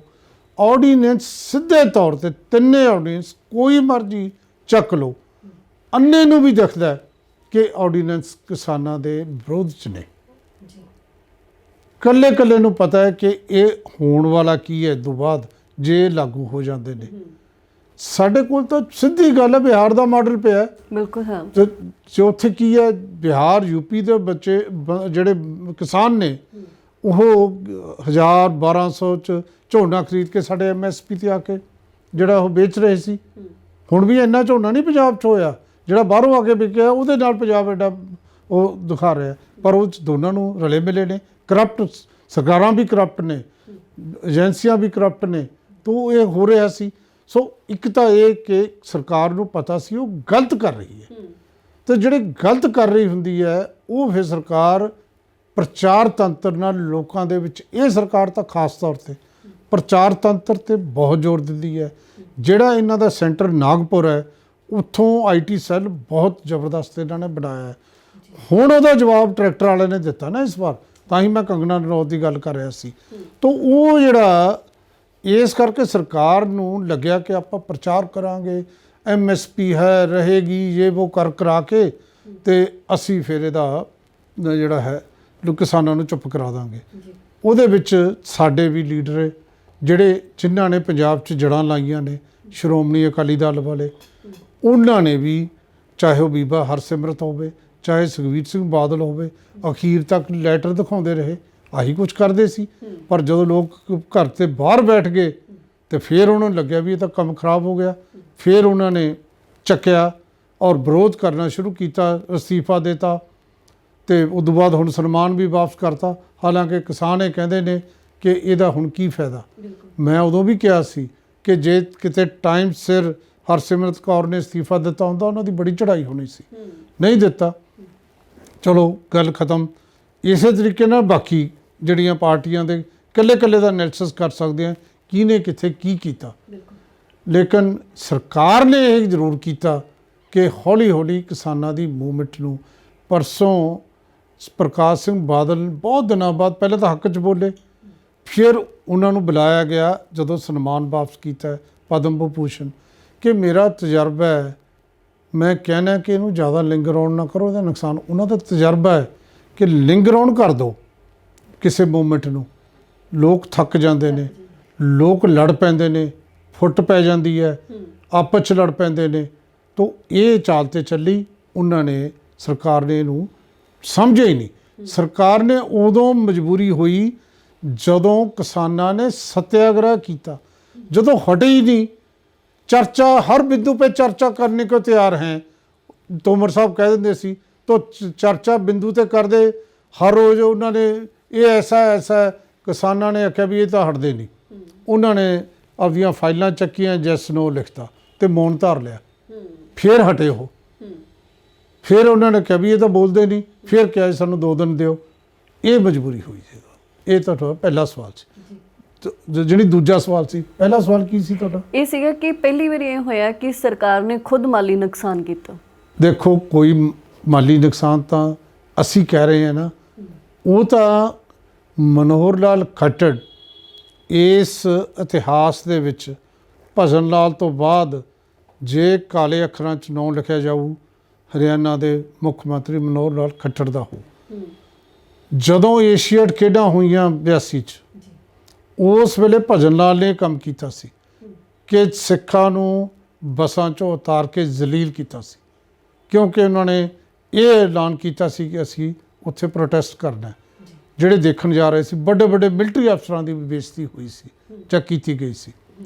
ਦੂਜਾ ਜਦੋਂ ਇਹਨੇ ਕੀਤਾ, ਇਹਦੀ ਕੀ ਹਿੰਮਤ ਹੈ। ਇੱਕ ਤੁਰੇ ਜਾਂਦੇ ਪ੍ਰਚਾਰਕ ਨੂੰ ਜਿਹਦਾ ਕੋਈ ਅੱਗਾ ਪਿੱਛਾ ਨਹੀਂ, ਉਹਨੂੰ ਮੁੱਖ ਮੰਤਰੀ ਬਣਾਇਆ ਜਿਸ ਪਾਰਟੀ ਨੇ, ਉਹਨੇ ਹੁਕਮ ਕਰਤਾ ਤੇ ਹੁਕਮ ਕਰਨ ਤੇ ਫਿਰ ਇਹਨੇ ਅੱਗੇ ਹੁਕਮ ਕਰਤਾ। ਝੂਠ ਤਾਂ ਗੁਰਦੀਪ ਜੀ ਉਦੋਂ ਹੀ ਫੜਿਆ ਗਿਆ ਜਦੋਂ ਕਹਿੰਦਾ ਸੀ ਇਹ ਪੰਜਾਬ ਕੇ ਕਿਸਾਨ ਹੈ, ਇਹਦਾ ਹਰਿਆਣਾ ਦਾ ਕੋਈ ਨਹੀਂ। ਹਾਲਾਂਕਿ ਸਭ ਤੋਂ ਪਹਿਲਾਂ ਜਿਹੜੀਆਂ 25 ਨਵੰਬਰ ਨੂੰ ਜਿਹੜੀਆਂ ਰੋਕਾਂ ਤੋੜੀਆਂ ਨੇ ਉਹ ਤਾਂ ਗੁਰਨਾਮ ਸਿੰਘ ਚੜੂਨੀ, ਉਹ ਤਾਂ ਹਰਿਆਣਾ ਦਾ, ਅੰਬਾਲੇ ਤੋੜੀਆਂ ਨੇ, ਹਰਿਆਣਾ ਦੇ ਕਿਸਾਨਾਂ ਨੇ ਤੋੜੀਆਂ ਨੇ। ਲੇਕਿਨ ਕਿਸਾਨ ਤਾਂ ਕਿਸਾਨ ਹੁੰਦਾ। ਜਿਹੜੀਆਂ ਰੋਕਾਂ ਲਾਈਆਂ, ਜਿਹੜੇ ਇਹਨਾਂ ਨੇ ਨੈਸ਼ਨਲ ਹਾਈਵੇ ਪੱਟੀ, ਜੋ ਕੁਛ ਕੀਤਾ ਇਹਨਾਂ ਨੇ, ਉਹਨਾਂ ਨੇ ਚੱਕ ਕੇ ਪਰੇ ਮਾਰਿਆ ਤੇ ਦਿਖਾਤਾ ਇਹ ਪੰਜਾਬ ਉੜਤਾ ਪੰਜਾਬ ਨਹੀਂ, ਬਿਲਕੁਲ ਇਹ ਪੰਜਾਬ ਜੁੜਤਾ ਪੰਜਾਬ ਹੈ। ਤੇ ਪੰਜਾਬ ਦੇ ਜਵਾਨਾਂ ਨੇ ਸੱਚਮੁੱਚ ਹੀ ਇਹ ਮੂਵਮੈਂਟ ਨੇ ਬਹੁਤ ਮਿੱਥਾਂ ਤੋੜੀਆਂ ਨੇ। ਇਹ ਮਿੱਥਾਂ ਜਿਹੜੀਆਂ ਲੋਕ ਕਹਿੰਦੇ ਸੀ ਕਿ ਪੰਜਾਬ ਦਾ ਜਵਾਨ ਤਾਂ ਕੁਛ ਨਹੀਂ ਰਿਹਾ, ਉਹੀ ਹੁਣ ਪੰਜਾਬ ਦਾ ਜਵਾਨ ਹੈ। ਸਾਰੇ ਅੱਜ ਵਿਜੇਂਦਰ ਸਿੰਘ, ਜਿਹੜਾ ਵਿਜੇਂਦਰ ਹੈ ਨਾ ਬਾਕਸਰ ਜੀ, ਸਭ ਤੋਂ ਜ਼ਿਆਦਾ ਇਨਾਮ ਉਹਨੇ ਜਿੱਤੇ ਨੇ, ਹਰ ਇਨਾਮ ਜਿੱਤਿਆ ਹੋਇਆ ਨੇ ਅਵਾਰਡ। ਖੇਲ ਰਤਨ ਉਹਨੂੰ ਮਿਲਿਆ, ਰਾਜੀਵ ਗਾਂਧੀ ਸਭ ਤੋਂ ਵੱਡਾ ਅਵਾਰਡ ਹੈ ਖੇਡਾਂ ਦਾ ਜੀ। ਉਹ ਕਹਿੰਦਾ ਮੈਂ ਵਾਪਸ ਕਰ ਦੂੰ। ਉਹ ਵੀ ਬੋਲ ਰਿਹਾ ਸੀ, ਕਹਿੰਦਾ ਪੰਜਾਬੀ ਤੋਂ ਹਮਾਰੇ ਬੜੇ ਭਰਾ ਹੈ ਤੋ ਮੈਂ ਇਹਨਾਂ ਦਾ ਅਹਿਸਾਨ ਕਿੱਥੇ ਦੇ ਦਾਂ। ਹਰ ਬੰਦਾ ਕਹਿੰਦਾ ਪੰਜਾਬੀਆਂ ਨੇ ਲੀਡ ਕੀਤਾ, ਉਹ ਪਹਿਲੀ ਵਾਰ ਥੋੜ੍ਹੀ ਕੀਤਾ, ਬਿਲਕੁਲ ਉਹਨੇ ਤਾਂ ਹਰ ਮੂਵਮੈਂਟ 'ਚ ਕੀਤਾ। ਜਿਹੜੀ ਜੇ ਪੰਜਾਬ ਦੀ ਗੱਲ ਕਰੋ ਤਾਂ ਉਹਨੇ ਕਿਹੜੀ ਮੂਵਮੈਂਟ 'ਚ ਨਹੀਂ ਕੀਤਾ। ਤੇ ਪੰਜਾਬ ਨੇ ਦਿਖਾਤਾ, ਜਿਸ ਤਰ੍ਹਾਂ ਗੁਰੂ ਨਾਨਕ ਦਾ ਪ੍ਰਕਾਸ਼ ਪੁਰਬ ਮਨਾਇਆ ਗਿਆ, ਜਾਂ ਉਦੋਂ ਪਹਿਲਾਂ ਜਿਹੜੇ ਬੰਦਿਆਂ ਨੇ ਜਲ ਤੋਪਾਂ ਛੱਡੀਆਂ, ਜਿਹੜੇ ਬੰਦਿਆਂ ਨੇ ਉਹਨਾਂ 'ਤੇ ਗੋਲੇ ਚਲਾਏ, ਤੇ ਉਸੇ ਬੰਦਿਆਂ ਨੂੰ ਘੰਟੇ ਬਾਅਦ ਕਹਿੰਦੇ ਆ ਜਾ ਲੰਗਰ ਛਕ ਲਓ, ਤੇ ਉਹੀ ਬੰਦੇ ਲੰਗਰ ਛਕ ਰਹੇ ਨੇ ਵਰਦੀ 'ਚ। ਤੇ ਹਿੰਦੂ ਤੇ ਹੋਰ ਤੁਸੀਂ ਗੁਰੂ ਨਾਨਕ ਦੀ ਵਿਚਾਰਧਾਰਾ ਕਿਵੇਂ ਮੰਨੋਗੇ। ਬਿਲਕੁਲ। ਤਾਂ ਇਹ ਕੁਛ ਦਿਖਾਇਆ ਇਹਨਾਂ ਨੇ। ਔਰ ਸਰਕਾਰਾਂ ਤਾਂ ਕਰਦੀਆਂ ਹੁੰਦੀਆਂ ਨੇ, ਸਰਕਾਰਾਂ ਤਾਂ ਢੀਠ ਹੁੰਦੀਆਂ ਨੇ। ਉਹੀ ਸਰਕਾਰ ਹੈ ਜਿਹੜੀ ਗੱਲ ਸੁਣਨ ਨੂੰ ਤਿਆਰ ਸੀ, ਉਹੀ ਸਰਕਾਰ ਹੈ ਹਮ ਸੌਦਾ ਕਰਨੇ ਨੂੰ ਤਿਆਰ ਹੈ। ਇਹ ਉਹੀ ਸਰਕਾਰ ਹੈ ਨਾ ਜਿਹੜੀ ਗੱਲ ਸੁਣਨ ਨੂੰ ਤਿਆਰ ਸੀ। ਹੁਣ ਅੱਗੇ ਵੀ ਦੇਖੋ, ਸੌਦਾ ਦਾ ਮਤਲਬ ਇਹੀ ਹੋਇਆ ਕਿ ਉਹਨਾਂ ਨੂੰ ਵੀ ਪਤਾ ਕਿ ਬਿੱਲ ਦੇ ਵਿੱਚ ਕਮੀਆਂ ਜ਼ਰੂਰ ਹੈਗੀਆਂ। ਜਵਾਬ ਹੈ ਜੀ ਉਹਨਾਂ ਕੋਲ। ਬਿਲਕੁਲ ਸਰ। ਇੱਕ ਤਾਂ ਸ਼ੰਕਾ ਇਹ ਸੀਗਾ ਕਿ ਕਰੋਨਾ ਦੇ ਪੀਕ ਟਾਈਮ ਦੇ ਵਿੱਚ ਆਰਡੀਨੈਂਸ ਕਿਉਂ ਲੈ ਕੇ ਆਂਦੇ ਗਏ, ਤੇ ਦੂਸਰੀ ਸ਼ੰਕਾ ਜਦੋਂ ਅਸੀਂ ਪੱਤਰਕਾਰੀ ਦੇ ਲੋਕਾਂ ਦੇ ਨਾਲ ਗੱਲ ਕਰਦੇ ਹਾਂ, ਕਹਿੰਦੇ ਕਿ ਇਹ ਸਵਾਲ ਜ਼ਰੂਰ ਹੋਣਾ ਚਾਹੀਦਾ ਸੀ ਕਿ ਇਹ ਆਰਡੀਨੈਂਸ ਜਾਂ ਖੇਤੀ ਬਿੱਲ ਨੇ ਇਹ ਟਰੰਪ ਦੇ ਸ਼ਾਸਨ ਕਾਲ ਦੇ ਵਿੱਚ ਆਉਣੇ ਹੀ ਜ਼ਰੂਰੀ ਸੀਗੇ। ਨਹੀਂ, ਇਹ ਵੀ ਕਾਹਲੀ ਕੀਤੀ ਗਈ, ਕੋਈ ਇਹਦਾ ਰਿਲੇਸ਼ਨ ਹੈ? ਇਹਦਾ ਰਿਲੇਸ਼ਨ ਇਹ ਟਰੰਪ ਨਾਲ ਸ਼ਾਇਦ ਉਹ ਸਿੱਧੇ ਤੌਰ ਤੇ ਨਹੀਂ, ਕੋਈ ਵੀ ਹੋਵੇ, ਚਾਹੇ ਟਰੰਪ ਹੋਵੇ, ਜੀ ਬਾਈਡਨ ਹੋਵੇ, ਜਾਂ ਉਦੋਂ ਪਹਿਲਾਂ ਓਬਾਮਾ ਸੀ, ਜਾਂ ਇੱਥੇ ਜਸਟਿਨ ਟਰੂਡੋ ਹੋਵੇ, ਈਵਨ ਸਾਡੇ ਚਾਹੇ ਪ੍ਰਧਾਨ ਮੰਤਰੀ ਮਨਮੋਹਨ ਸਿੰਘ ਹੋਣ ਤੇ ਚਾਹੇ ਹੋਵੇ ਨਰਿੰਦਰ ਮੋਦੀ ਜੀ, ਇਹਦਾ ਕੋਈ ਮਤਲਬ ਨਹੀਂ। ਇਹ ਮਾਡਲ ਤਾਂ ਅਸਲ ਸਾਰੀ ਦੁਨੀਆ ਦੇ ਵਿੱਚ ਕੈਪੀਟਲਿਸਟ ਮਾਡਲ ਹੈ ਜੀ। ਇਹ ਸਾਰੇ ਇਹ ਸ਼ੁਰੂਆਤ ਤਾਂ ਮਨਮੋਹਨ ਸਿੰਘ ਦੇ ਟਾਈਮ ਹੋਈ ਸੀ। ਤੁਸੀਂ ਕਿਵੇਂ ਕਾਂਗਰਸ ਨੂੰ ਬਰੀ ਕਰ ਦੋਗੇ? ਕਾਂਗਰਸ ਵੀ ਤਾਂ ਇਹਦੇ 'ਚ ਉਨੀ ਜ਼ਿੰਮੇਵਾਰ ਹੈ, ਪਰ ਜਿਸ ਤਰੀਕੇ ਨਾਲ ਕੀਤਾ ਭਾਰਤੀ ਜਨਤਾ ਪਾਰਟੀ ਦੀ ਸਰਕਾਰ ਤੇ ਉਹ ਇਤਰਾਜ਼ ਹੈ। ਅਸਲ ਦੇ ਵਿੱਚ ਖੇਡ ਤਾਂ ਵਰਲਡ ਟ੍ਰੇਡ ਆਰਗੇਨਾਈਜੇਸ਼ਨ ਤੋਂ WTO ਤੋਂ ਸ਼ੁਰੂ ਹੁੰਦੀ ਹੈ। ਉਹਨਾਂ ਦਾ ਇਹ ਅਸਲ ਸਾਰੇ ਜਿਹੜਾ ਮਾਡਲ ਇਹਨਾਂ ਨੇ ਫੇਲ ਹੋਇਆ ਮਾਡਲ ਅਮਰੀਕਾ ਦਾ, ਉਹ ਲਾਗੂ ਕਰਨਾ ਚਾਹੁੰਦੇ ਨੇ ਜੀ। ਤਾਂ ਇਸ ਕਰਕੇ ਟਰੰਪ ਨਾਲ ਇਹਦਾ ਕੋਈ ਸਿੱਧਾ ਲਿੰਕ ਨਹੀਂ, ਲੇਕਿਨ ਟਰੰਪ ਨਾਲ ਇੰਨਾ ਕੁ ਲਿੰਕ ਹੈ ਕਿ ਜਿਹੜਾ ਟਰੰਪ ਉੱਥੇ ਇੰਡੀਅਨਸ ਨੂੰ ਪੁੱਛਦਾ ਨਹੀਂ ਸੀ, ਗਲਤ ਨੀਤੀਆਂ ਬਣਾਈਆਂ ਸੀ। ਉਸ ਵੇਲੇ ਜਦੋਂ ਜਸਟਿਨ ਟਰੂਡੋ ਕਹਿੰਦਾ ਕਿ ਲੋਕਾਂ ਨੂੰ ਹੱਕ ਹੈ ਪੀਸਫੁਲੀ ਪ੍ਰੋਟੈਸਟ ਕਰਨ ਦਾ, ਉਦੋਂ ਭਾਰਤ ਕਹਿੰਦਾ ਕਿ ਇਹ ਦੂਜਿਆਂ 'ਚ ਦਖਲ ਹੈ। ਤੇ ਜਦੋਂ ਜਾ ਕੇ ਇਹ ਕਹਿੰਦਾ ਅਬ ਕੀ ਵਾਰ ਮੋਦੀ ਸਰਕਾਰ, ਉਦੋਂ ਦਖਲ ਕਿੱਥੇ? ਜਦੋਂ ਕਹਿੰਦਾ ਅਬ ਕੀ ਵਾਰ ਟਰੰਪ ਸਰਕਾਰ, ਜਦੋਂ ਮੋਦੀ ਉੱਥੇ ਜਾਂਦਾ ਹੈ ਉਦੋਂ ਦਖਲ ਕਿਉਂ ਨਹੀਂ ਜੀ? ਬਿਲਕੁਲ। ਤਾਂ ਇਹਦਾ ਮਤਲਬ ਕਿ ਇਹ ਜਿਹੜੀ ਖੇਡੀ ਜਾ ਰਹੀ ਹੈ, ਇਹ ਸਿਰਫ ਤੇ ਸਿਰਫ ਸਾਡੇ ਜਿਹੜੇ ਵੱਡੇ ਕਾਰਪੋਰੇਟ, ਜਦੋਂ ਅਸੀਂ ਤੁਹਾਡੇ ਵਰਗੇ ਸੀ ਉਦੋਂ ਅਸੀਂ ਇੱਕ ਦੂਜੇ ਨੂੰ ਗੱਲ ਕਰ ਜਾ ਵੱਡਾ ਟਾਟਾ ਬਿਰਲਾ, ਉਦੋਂ ਟਾਟਾ ਤੇ ਬਿਰਲਾ ਦਾ ਨਾਮ ਆਉਂਦਾ ਸੀ ਤੇ ਹੁਣ ਆਉਂਦਾ ਅਬਾਨੀ ਤੇ ਅਡਾਨੀ ਦਾ ਨਾਮ। ਹੁਣ ਅਬਾਨੀ ਭਾਵੇਂ ਕਿ ਏਸ਼ੀਆ ਦਾ 10ਵੇਂ ਨੰਬਰ ਦਾ, ਦੁਨੀਆ ਦਾ 10ਵੇਂ, ਏਸ਼ੀਆ ਦਾ ਸ਼ਾਇਦ 10ਵੇਂ ਨੰਬਰ ਦਾ, ਦੁਨੀਆ 'ਚ ਪਤਾ ਨਹੀਂ ਉਹਦਾ ਸ਼ਾਇਦ 40ਵਾਂ ਨੰਬਰ ਹੈ ਅਮੀਰੀ ਦੇ ਵਿੱਚ। ਲੇਕਿਨ ਇਸ ਵਾਰ ਜਦੋਂ ਸਾਰੀ ਦੁਨੀਆ, ਅੱਜ ਇੱਕ ਯੂਨਾਈਟਿਡ ਨੇਸ਼ਨ ਦੀ ਰਿਪੋਰਟ ਹੈ ਜਿਹਦੇ ਵਿੱਚ ਇਹ ਕਿਹਾ ਗਿਆ ਕਿ 25 ਕਰੋੜ 70 ਲੱਖ ਲੋਕ ਹੋਰ ਗਰੀਬ ਹੋ ਗਏ। ਹੁਣ ਗਰੀਬਾਂ ਦੀ ਗਿਣਤੀ 1 ਅਰਬ ਤੋਂ ਵੱਧ ਗਈ। ਜਦੋਂ ਇਸ ਕਰੋਨਾ ਦੇ ਲਾਕਡਾਊਨ ਦੇ ਪੀਰੀਅਡ ਨੇ ਲੋਕਾਂ ਨੂੰ ਗਰੀਬ ਕਰਤਾ, ਉਸ ਦੌਰਾਨ ਅਡਾਨੀ ਦੀ ਇਨਕਮ 60% ਵਧੀ ਹੈ। ਹਰ ਰੋਜ਼ 90 ਕਰੋੜ ਦੀ ਇਨਕਮ ਜਿਹੜੀ ਹੈ ਉਹਨੂੰ ਚੱਲ ਰਹੀ ਹੈ। ਤਾਂ ਇਹ ਜਿਹੜਾ ਕੁਛ ਇੰਨਾ ਪੈਸਾ ਆ ਰਿਹਾ ਹੈ ਉਹ ਬੰਦਿਆਂ ਨੇ, ਉਹ ਬੰਦਿਆਂ ਦਾ ਜ਼ੋਰ ਹੈ। ਔਰ ਇਹ ਗੱਲ ਉਦੋਂ ਹੋਰ ਵੀ ਸਪਸ਼ਟ ਹੋ ਗਈ, ਸਾਡੇ ਮੀਡੀਆ ਨੇ ਦਿਖਾਈ ਹੈ, ਬਾਰ-ਬਾਰ ਦਿਖਾਈ ਹੈ, ਕਿਸਾਨਾਂ ਨੇ ਦੱਸਿਆ ਅੰਦਰਲੀ ਮੀਟਿੰਗ 'ਚ, ਜਦੋਂ ਨਰਿੰਦਰ ਤੋਮਰ ਦੇ ਮੂੰਹੋਂ ਇਹ ਗੱਲ ਨਿਕਲ ਗਈ ਕਿ ਹੁਣ ਤਾਂ ਤੁਸੀਂ ਕਹਿੰਦੇ ਹੋ, ਕੱਲ੍ਹ ਨੂੰ ਜੇ ਅਬਾਨੀ ਤੇ ਅਡਾਨੀ ਆ ਕੇ ਕਹਿਣਗੇ ਮੈਂ ਕੀ ਕਰੂੰ। ਇਹ ਅਬਾਨੀ ਤੇ ਅਡਾਨੀ ਦੀ ਖੇਡ ਹੈ, ਇਸ ਕਰਕੇ ਇਹ ਹੁਣ ਕਰਨੀ ਪਈ। ਉਹਨਾਂ ਨੇ ਇਹ ਕਿਹਾ ਇਹਨਾਂ ਨੂੰ ਕਿ ਇੰਨੀ ਅਸੀਂ ਤੁਹਾਡੀ ਮਦਦ ਕੀਤੀ ਹੈ, ਇੰਨਾ ਪੈਸਾ ਲਾਇਆ, ਖਾਸ ਤੌਰ 'ਤੇ ਅਡਾਨੀ ਨੇ ਜੀ, ਅਤੇ ਉਹ ਤੁਸੀਂ ਹੁਣ ਇੰਨੀ ਮੈਜੋਰਟੀ 'ਚ ਨਹੀਂ ਜੇ ਕਰ ਸਕੋਗੇ ਤਾਂ ਫਿਰ ਕਦੋਂ ਕਰੋਗੇ। ਤਾਂ ਇਹ ਕੀਤੀ ਹੈ। ਇਹ ਸਾਜ਼ਿਸ਼ ਇਸ ਕਰਕੇ ਰਚੀ ਗਈ, ਔਰ ਸਾਜ਼ਿਸ਼ ਰਚਣ ਵਾਲਾ ਨੰਬਰ 1 ਦਾ ਮੋਦੀ, ਨੰਬਰ 2 'ਤੇ ਅਮਿਤ ਸ਼ਾਹ। ਬਾਕੀ ਤਾਂ ਚਲੋ ਸਾਰੀ ਪਾਰਟੀ ਦਾ ਜਿੰਨਾ ਰੋਲ ਹੋਣਾ ਹੈ। ਬੀਜੇਪੀ ਦੇ ਇੱਕ ਵਿਧਾਇਕ ਕਹਿੰਦੇ ਨੇ ਕਿ ਅਸੀਂ 6% ਦੇ ਕਹਿਣ ਦੇ ਉੱਪਰ ਇਹ ਕਾਨੂੰਨ ਵਾਪਸ ਨਹੀਂ ਲੈ ਸਕਦੇ। ਮਤਲਬ ਕਿਸਾਨਾਂ ਦੀ ਗਿਣਤੀ 6% ਉਹਨਾਂ ਨੇ ਕੀਤੀ ਕਿ ਇਹ 6% ਆਬਾਦੀ ਦੇ ਕਹਿਣ ਦੇ ਨਾਲ ਅਸੀਂ ਕਾਨੂੰਨ ਵਾਪਸ ਨਹੀਂ ਲੈ ਸਕਦੇ। ਦੂਸਰੀ ਗੱਲ, ਜਦੋਂ GDP ਰਿਪੋਰਟ ਆਈ ਆ ਤਾਂ ਜਿੰਨੇ ਸੈਕਟਰ ਸੀ ਉਹ ਸਾਰੇ ਥੱਲੇ ਸੀਗੇ ਅਤੇ ਸਿਰਫ ਖੇਤੀਬਾੜੀ ਜਿਹੜੀ ਕਿ 15 ਤੋਂ 16% ਆਪਣਾ ਦਿੰਦੀ ਆ GDP ਨੂੰ, ਤਾਂ ਸਿਰਫ ਇੱਕ ਖੇਤੀਬਾੜੀ ਐਗਰੀਕਲਚਰ ਸੈਕਟਰ ਜਿਹੜਾ ਸੀਗਾ ਉਹ ਗਰੋ ਕੀਤਾ ਹੋਇਆ ਸੀਗਾ ਇਸ ਪੈਂਡੇਮਿਕ ਸਿਚੁਏਸ਼ਨ ਦੇ ਵਿੱਚ। ਜਦੋਂ ਸਾਰੇ ਸੈਕਟਰਸ ਦਾ ਅਸੀਂ ਪ੍ਰਾਈਵੇਟਾਈਜੇਸ਼ਨ, ਨਿੱਜੀਕਰਨ ਕਰਤਾ ਤਾਂ GDP ਉਹਨਾਂ ਦੀ ਥੱਲੇ ਗਈ ਹੈ। ਸਿਰਫ ਇੱਕ ਕਿਸਾਨੀ ਦਾ ਨਹੀਂ ਹੋਇਆ ਸੀ, ਤਾਂ ਕਰੋਨਾ ਦੇ ਵਿੱਚ ਵੀ ਕਿਸਾਨੀ ਨੇ ਜਾਂ ਖੇਤੀਬਾੜੀ ਨੇ ਗਰੋ ਕੀਤਾ। ਤਾਂ ਫਿਰ ਸਰਕਾਰ ਨੂੰ ਕਿਉਂ ਲੱਗਿਆ ਕਿ ਜਿਹੜਾ ਖੇਤੀਬਾੜੀ ਦਾ ਵੀ ਨਿੱਜੀਕਰਨ ਕਰ ਦੇਣਾ ਚਾਹੀਦਾ? ਦੇਖੋ, ਇਹਨੂੰ ਸਮਝਣ ਲਈ ਹੋਰ ਥੋੜ੍ਹਾ ਜਿਹਾ ਡੀਪਲੀ ਸਾਨੂੰ ਸੋਚਣਾ ਪਏਗਾ।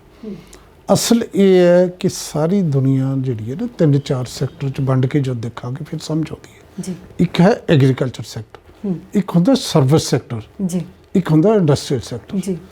ਹੁਣ ਹੋ ਕੀ ਰਿਹਾ ਕਿ ਇਹਨਾਂ ਦਿਨਾਂ 'ਚ ਇੰਡਸਟਰੀ ਵੀ ਪਿੱਛੇ ਚਲੇਗੀ ਔਰ ਸਾਰੇ ਸੈਕਟਰ ਲੋਕਾਂ ਦੀਆਂ ਨੌਕਰੀਆਂ ਚਲੇ ਗਈਆਂ, ਸਰਵਿਸ ਸੈਕਟਰ ਵੀ ਗਿਆ। ਲਾਕਡਾਊਨ ਨੇ ਜਾਂ ਕਰੋਨਾ ਪੀਰੀਅਡ ਨੇ ਇਹ ਸ਼ੋਅ ਕਰਤਾ ਕਿ ਜਿਹੜਾ ਖੇਤੀ ਸੈਕਟਰ ਹੀ ਹੈ ਜਿਹੜਾ ਪਲੱਸ ਗਿਆ, ਬਾਕੀ ਮਾਈਨਸ ਜਾ ਰਿਹਾ ਜੀ। ਜਿਹੜੀ ਗੱਲ ਹੈ ਕਿ ਜਿਹੜਾ ਵੱਡਾ ਕਾਰਪੋਰੇਟ ਸੈਕਟਰ ਹੈ ਉਹ ਇਹ ਚਾਹੁੰਦਾ ਹੈ ਕਿ ਖੇਤੀ ਹੀ ਰਹਿ ਗਿਆ ਸਾਡੇ ਹੱਥ 'ਚ, ਜੇ ਆ ਜਾਂਦਾ ਹੈ ਅਸੀਂ ਬਹੁਤ ਪ੍ਰੋਫਿਟ ਕਮਾਵਾਂਗੇ ਤੇ ਕਮਾ ਵੀ ਰਹੇ ਨੇ। ਤੁਸੀਂ ਬੜੀ ਸਿੰਪਲ ਖੇਡ ਹੈ, ਟਮਾਟਰ ਖਰੀਦੋ, ਪੰਜਾਬ ਦੀ ਗੱਲ ਕਰ ਰਹੇ ਹਾਂ, ਮੋਗੇ ਫੈਕਟਰੀ ਲੱਗੀ ਹੈ, ਟਮਾਟਰ ਖਰੀਦੋ, ਸੌਸ ਬਣਾਓ, ਅਤੇ ਸੌਸ ਜਿਹੜਾ ਟਮਾਟਰ ਤੁਸੀਂ 10-12 ਰੁਪਏ ਕਿੱਲੋ ਖਰੀਦਿਆ 300 ਰੁਪਏ ਕਿੱਲੋ ਸੌਸ ਬਣਾ ਕੇ ਜੇ ਕਿੱਲੋ ਦਾ ਤੁਸੀਂ ਸੌਸ ਦਾ ਲੈਂਦੇ ਜੀ, ਕਿੰਨਾ ਪ੍ਰੋਫਿਟ ਆ ਰਿਹਾ। ਉਹ ਇਹ ਚਾਹੁੰਦੇ ਨੇ ਕਿ ਸਾਰਾ ਕੁਝ, ਕਿਉਂਕਿ ਪੰਜਾਬ ਦੇ ਵਿੱਚ ਜਿਹੜੇ ਕਿਸਾਨ ਨੇ ਉਹ 85% ਕਿਸਾਨ ਤਾਂ ਬਹੁਤ ਛੋਟੇ ਨੇ ਤੇ ਛੋਟੇ ਕਿਸਾਨਾਂ ਨੂੰ ਮਾਰਨਾ ਸੌਖਾ ਹੈ, ਬਿਲਕੁਲ ਉਹਨਾਂ ਕੋਲ ਤਾਂ ਹੈ ਹੀ ਕੁਛ ਨਹੀਂ। ਜਿਹੜੇ ਕਹਿੰਦੇ ਨੇ 1 ਕਰੋੜ ਲਾ ਦਾਂਗੇ ਜੇ ਪਰਾਲੀ ਸਾੜੀ, ਉਹਨਾਂ ਦੇ ਤਾਂ 4-5 ਬੰਦਿਆਂ ਦੀ ਜੇ ਜ਼ਮੀਨ ਦੇਖ ਲਓ ਤਾਂ ਨਹੀਂ ਕਰੋੜ ਲੱਗਣ ਇਕੱਠਾ ਹੋਣਾ। ਤਾਂ ਫਿਰ ਜਿਹੜਾ ਤੁਸੀਂ 6% ਕਿਹਾ ਅਸਲ ਇਹ ਨਹੀਂ ਹੈ। ਰੌਲਾ ਇਹ ਸੀ ਜਿਹੜੀ ਪੰਜਾਬ ਦੇ ਕਿਸਾਨਾਂ ਨੇ ਕਮਾਲ ਕਰਤੀ ਹੈ, ਉਹਨਾਂ ਨੂੰ ਸ਼ਾਬਾਸ਼ ਦੇਣੀ ਬਣਦੀ ਹੈ। ਅਸਲ ਦੇ ਵਿੱਚ ਜਿਹੜਾ ਮੰਡੀ ਸਿਸਟਮ ਹੈ, ਐਗਰੀਕਲਚਰ ਮਾਰਕੀਟਿੰਗ ਸਿਸਟਮ ਹੈ ਜਿਹੜਾ, ਉਹ ਪੰਜਾਬ ਤੇ ਹਰਿਆਣਾ 'ਚ ਹੀ ਹੈ। ਉਹਨਾਂ ਦੇ ਵਿੱਚ ਹੀ ਜਿਹੜੀ MSP ਮਿਨੀਮਮ ਸਪੋਰਟ ਪ੍ਰਾਈਸ ਹੈ ਉਹਦੇ ਮੁਤਾਬਕ ਝੋਨਾ ਤੇ ਕਣਕ ਖਰੀਦੀ ਜਾਂਦੀ ਹੈ। ਤਾਂ ਫਿਰ ਇੱਥੇ ਕਿੰਨੇ % ਲੋਕ MSP ਲੈਂਦੇ ਨੇ? 7 ਜਾਂ 6, ਜਿਹਨੂੰ ਤੁਸੀਂ ਕਿਹਾ 7 ਕਹਿ ਲਓ ਜਾਂ 6 ਕਹਿ ਲਓ, ਐਗਜ਼ੈਕਟ ਫਿਗਰ ਜੋ ਮਰਜ਼ੀ ਬੋਲ ਦਿਓ, ਇਹਦੇ ਨੇੜੇ ਤੇੜੇ ਹੈ। ਤਾਂ ਉਹ ਕਹਿੰਦੇ ਨੇ ਕਿ ਜਦੋਂ ਬਾਕੀ ਜਿਹੜਾ ਹੈ ਦੇਸ਼ ਹੈ ਉਹਨਾਂ ਨੂੰ ਤਾਂ MSP ਦਾ ਫਾਇਦਾ ਨਹੀਂ, ਇਹਨਾਂ ਨੂੰ MSP ਅਸੀਂ ਕਿਉਂ ਦਈਏ? ਜੇ MSP ਸਿਰਫ 2 ਡਿਕਲੇਅਰ ਕਰਦੇ ਨੇ 18 ਫਸਲਾਂ ਤੇ ਮਿਲਦੀ ਹੈ, ਵੀਟ ਔਰ ਜਿਹੜਾ ਵੀਟ ਆਪਣਾ ਝੋਨੇ ਤੇ, ਝੋਨਾ ਤੇ ਜਿਹੜਾ ਕਣਕ ਹੈ ਇਹ ਤੇ ਮਿਲਦੀ ਹੈ, ਤੇ ਮਿਲਦੀ ਹਰਿਆਣਾ ਤੇ ਪੰਜਾਬ 'ਚ ਹੈ, ਤੇ ਉਹਨੂੰ 6% ਵੈਸੇ ਦੇਸ਼ 'ਚ ਨਹੀਂ ਹੈ, ਦੇਸ਼ 'ਚ ਚੱਲ ਹੀ ਰਹੀ।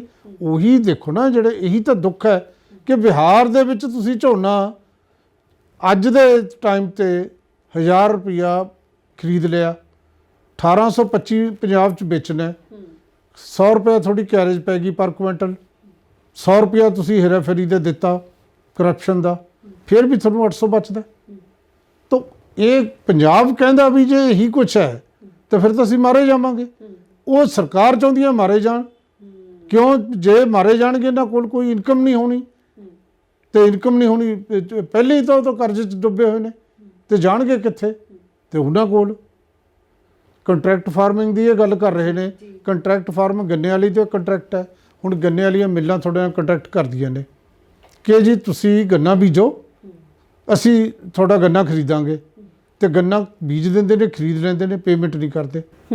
3-3 4-4 ਸਾਲਾਂ ਦੀ ਪੇਮੈਂਟ ਰੁਕੀ ਪਈ ਹੈ, ਹਾਲੇ ਤੱਕ ਰੁਕੀ ਪਈ ਹੈ। ਤਾਂ ਫਿਰ ਇਹ ਕੰਟਰੈਕਟ ਫਾਰਮ 'ਚ ਹੀ ਹੋਊਗਾ। ਜੇ ਕਰੋਗੇ ਤੁਸੀਂ ਅਡਾਨੀ ਨੂੰ ਕਰੋਗੇ ਕੋਰਟ 'ਚ ਤੁਸੀਂ ਜਾ, ਉਹ 'ਚ ਕਿ ਵੀ ਹੈ, ਜੇ ਤੁਹਾਡਾ ਸਮਾਨ ਜਿਹਨੇ ਖਰੀਦਿਆ ਜੇ ਕੋਈ ਰੌਲਾ ਪੈਂਦਾ ਤਾਂ ਕੋਰਟ 'ਚ ਨਹੀਂ ਜਾ ਸਕਦੇ, ਸਿਰਫ SDM ਤੱਕ। SDM ਦੇ ਜਾਓਗੇ, SDM ਕਿਸਾਨ ਨੂੰ ਕਿੱਥੇ ਬੜਾ, ਉਹ ਤਾਂ ਹੁਣ ਨਹੀਂ ਵੜਨ ਦਿੰਦਾ। ਤਾਂ ਇਸ ਕਰਕੇ ਈਵਨ ਕੋਰਟ 'ਚ ਵੀ ਉਹ ਐਡੇ ਵਕੀਲ ਲਈ ਬੈਠੇ ਨੇ। ਇਹ ਸੱਚਮੁੱਚ ਹੀ ਮਾਰੂ ਨੇ, ਕਾਲੇ ਨੇ ਜਿਹਨਾਂ ਨੂੰ ਕਹਿੰਦੇ ਨੇ ਕਿਸਾਨ, ਤੇ ਇਹ ਧੱਕਾ ਹੋ ਰਿਹਾ ਹੈ।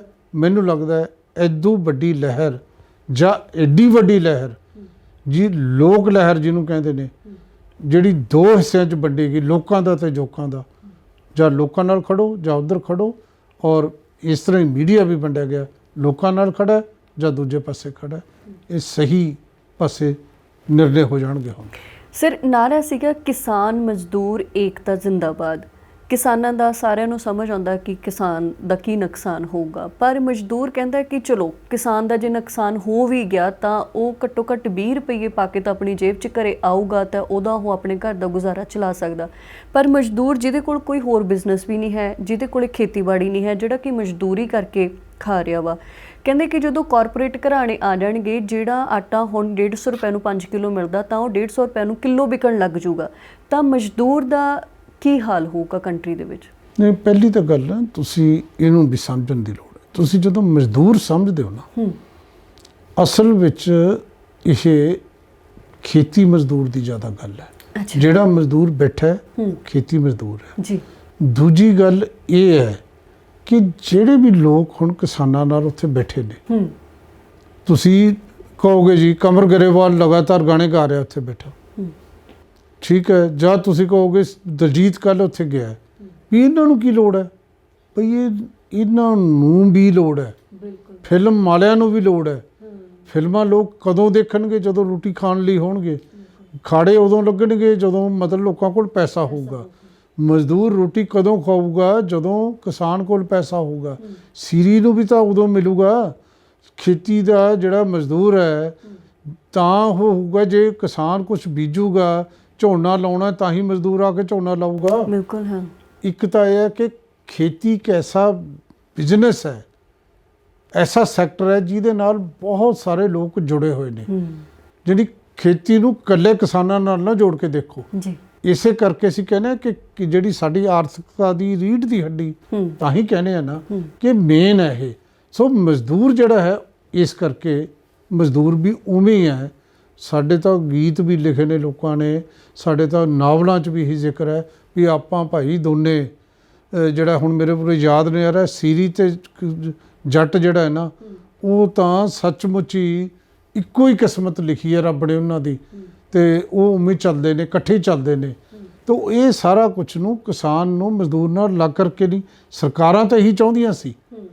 ਤੇ ਜਦੋਂ ਹੁਣ ਬੰਦ ਹੁੰਦੇ ਨੇ ਨਾ ਕਿਸਾਨਾਂ ਦੇ, ਤਾਂ ਸਾਰੀਆਂ ਟ੍ਰੇਡ ਯੂਨੀਅਨਾਂ ਤਾਂ ਹੀ ਖੜ੍ਹਦੀਆਂ ਨੇ ਕਿ ਵੀ ਇਹ ਜਿਹੜਾ ਮਜ਼ਦੂਰ ਹੈ ਤੇ ਉਹ ਜੇ ਨਾਲ ਨਹੀਂ ਖੜੂਗਾ ਤੇ ਜੇ ਕਿਸਾਨ ਮਰ ਗਿਆ ਅਸੀਂ ਵੀ ਮਰ ਜਾਵਾਂਗੇ। ਇਸ ਕਰਕੇ ਮਜ਼ਦੂਰ ਦਾ ਵੀ ਉਹਨੇ ਨੁਕਸਾਨ ਹੈ।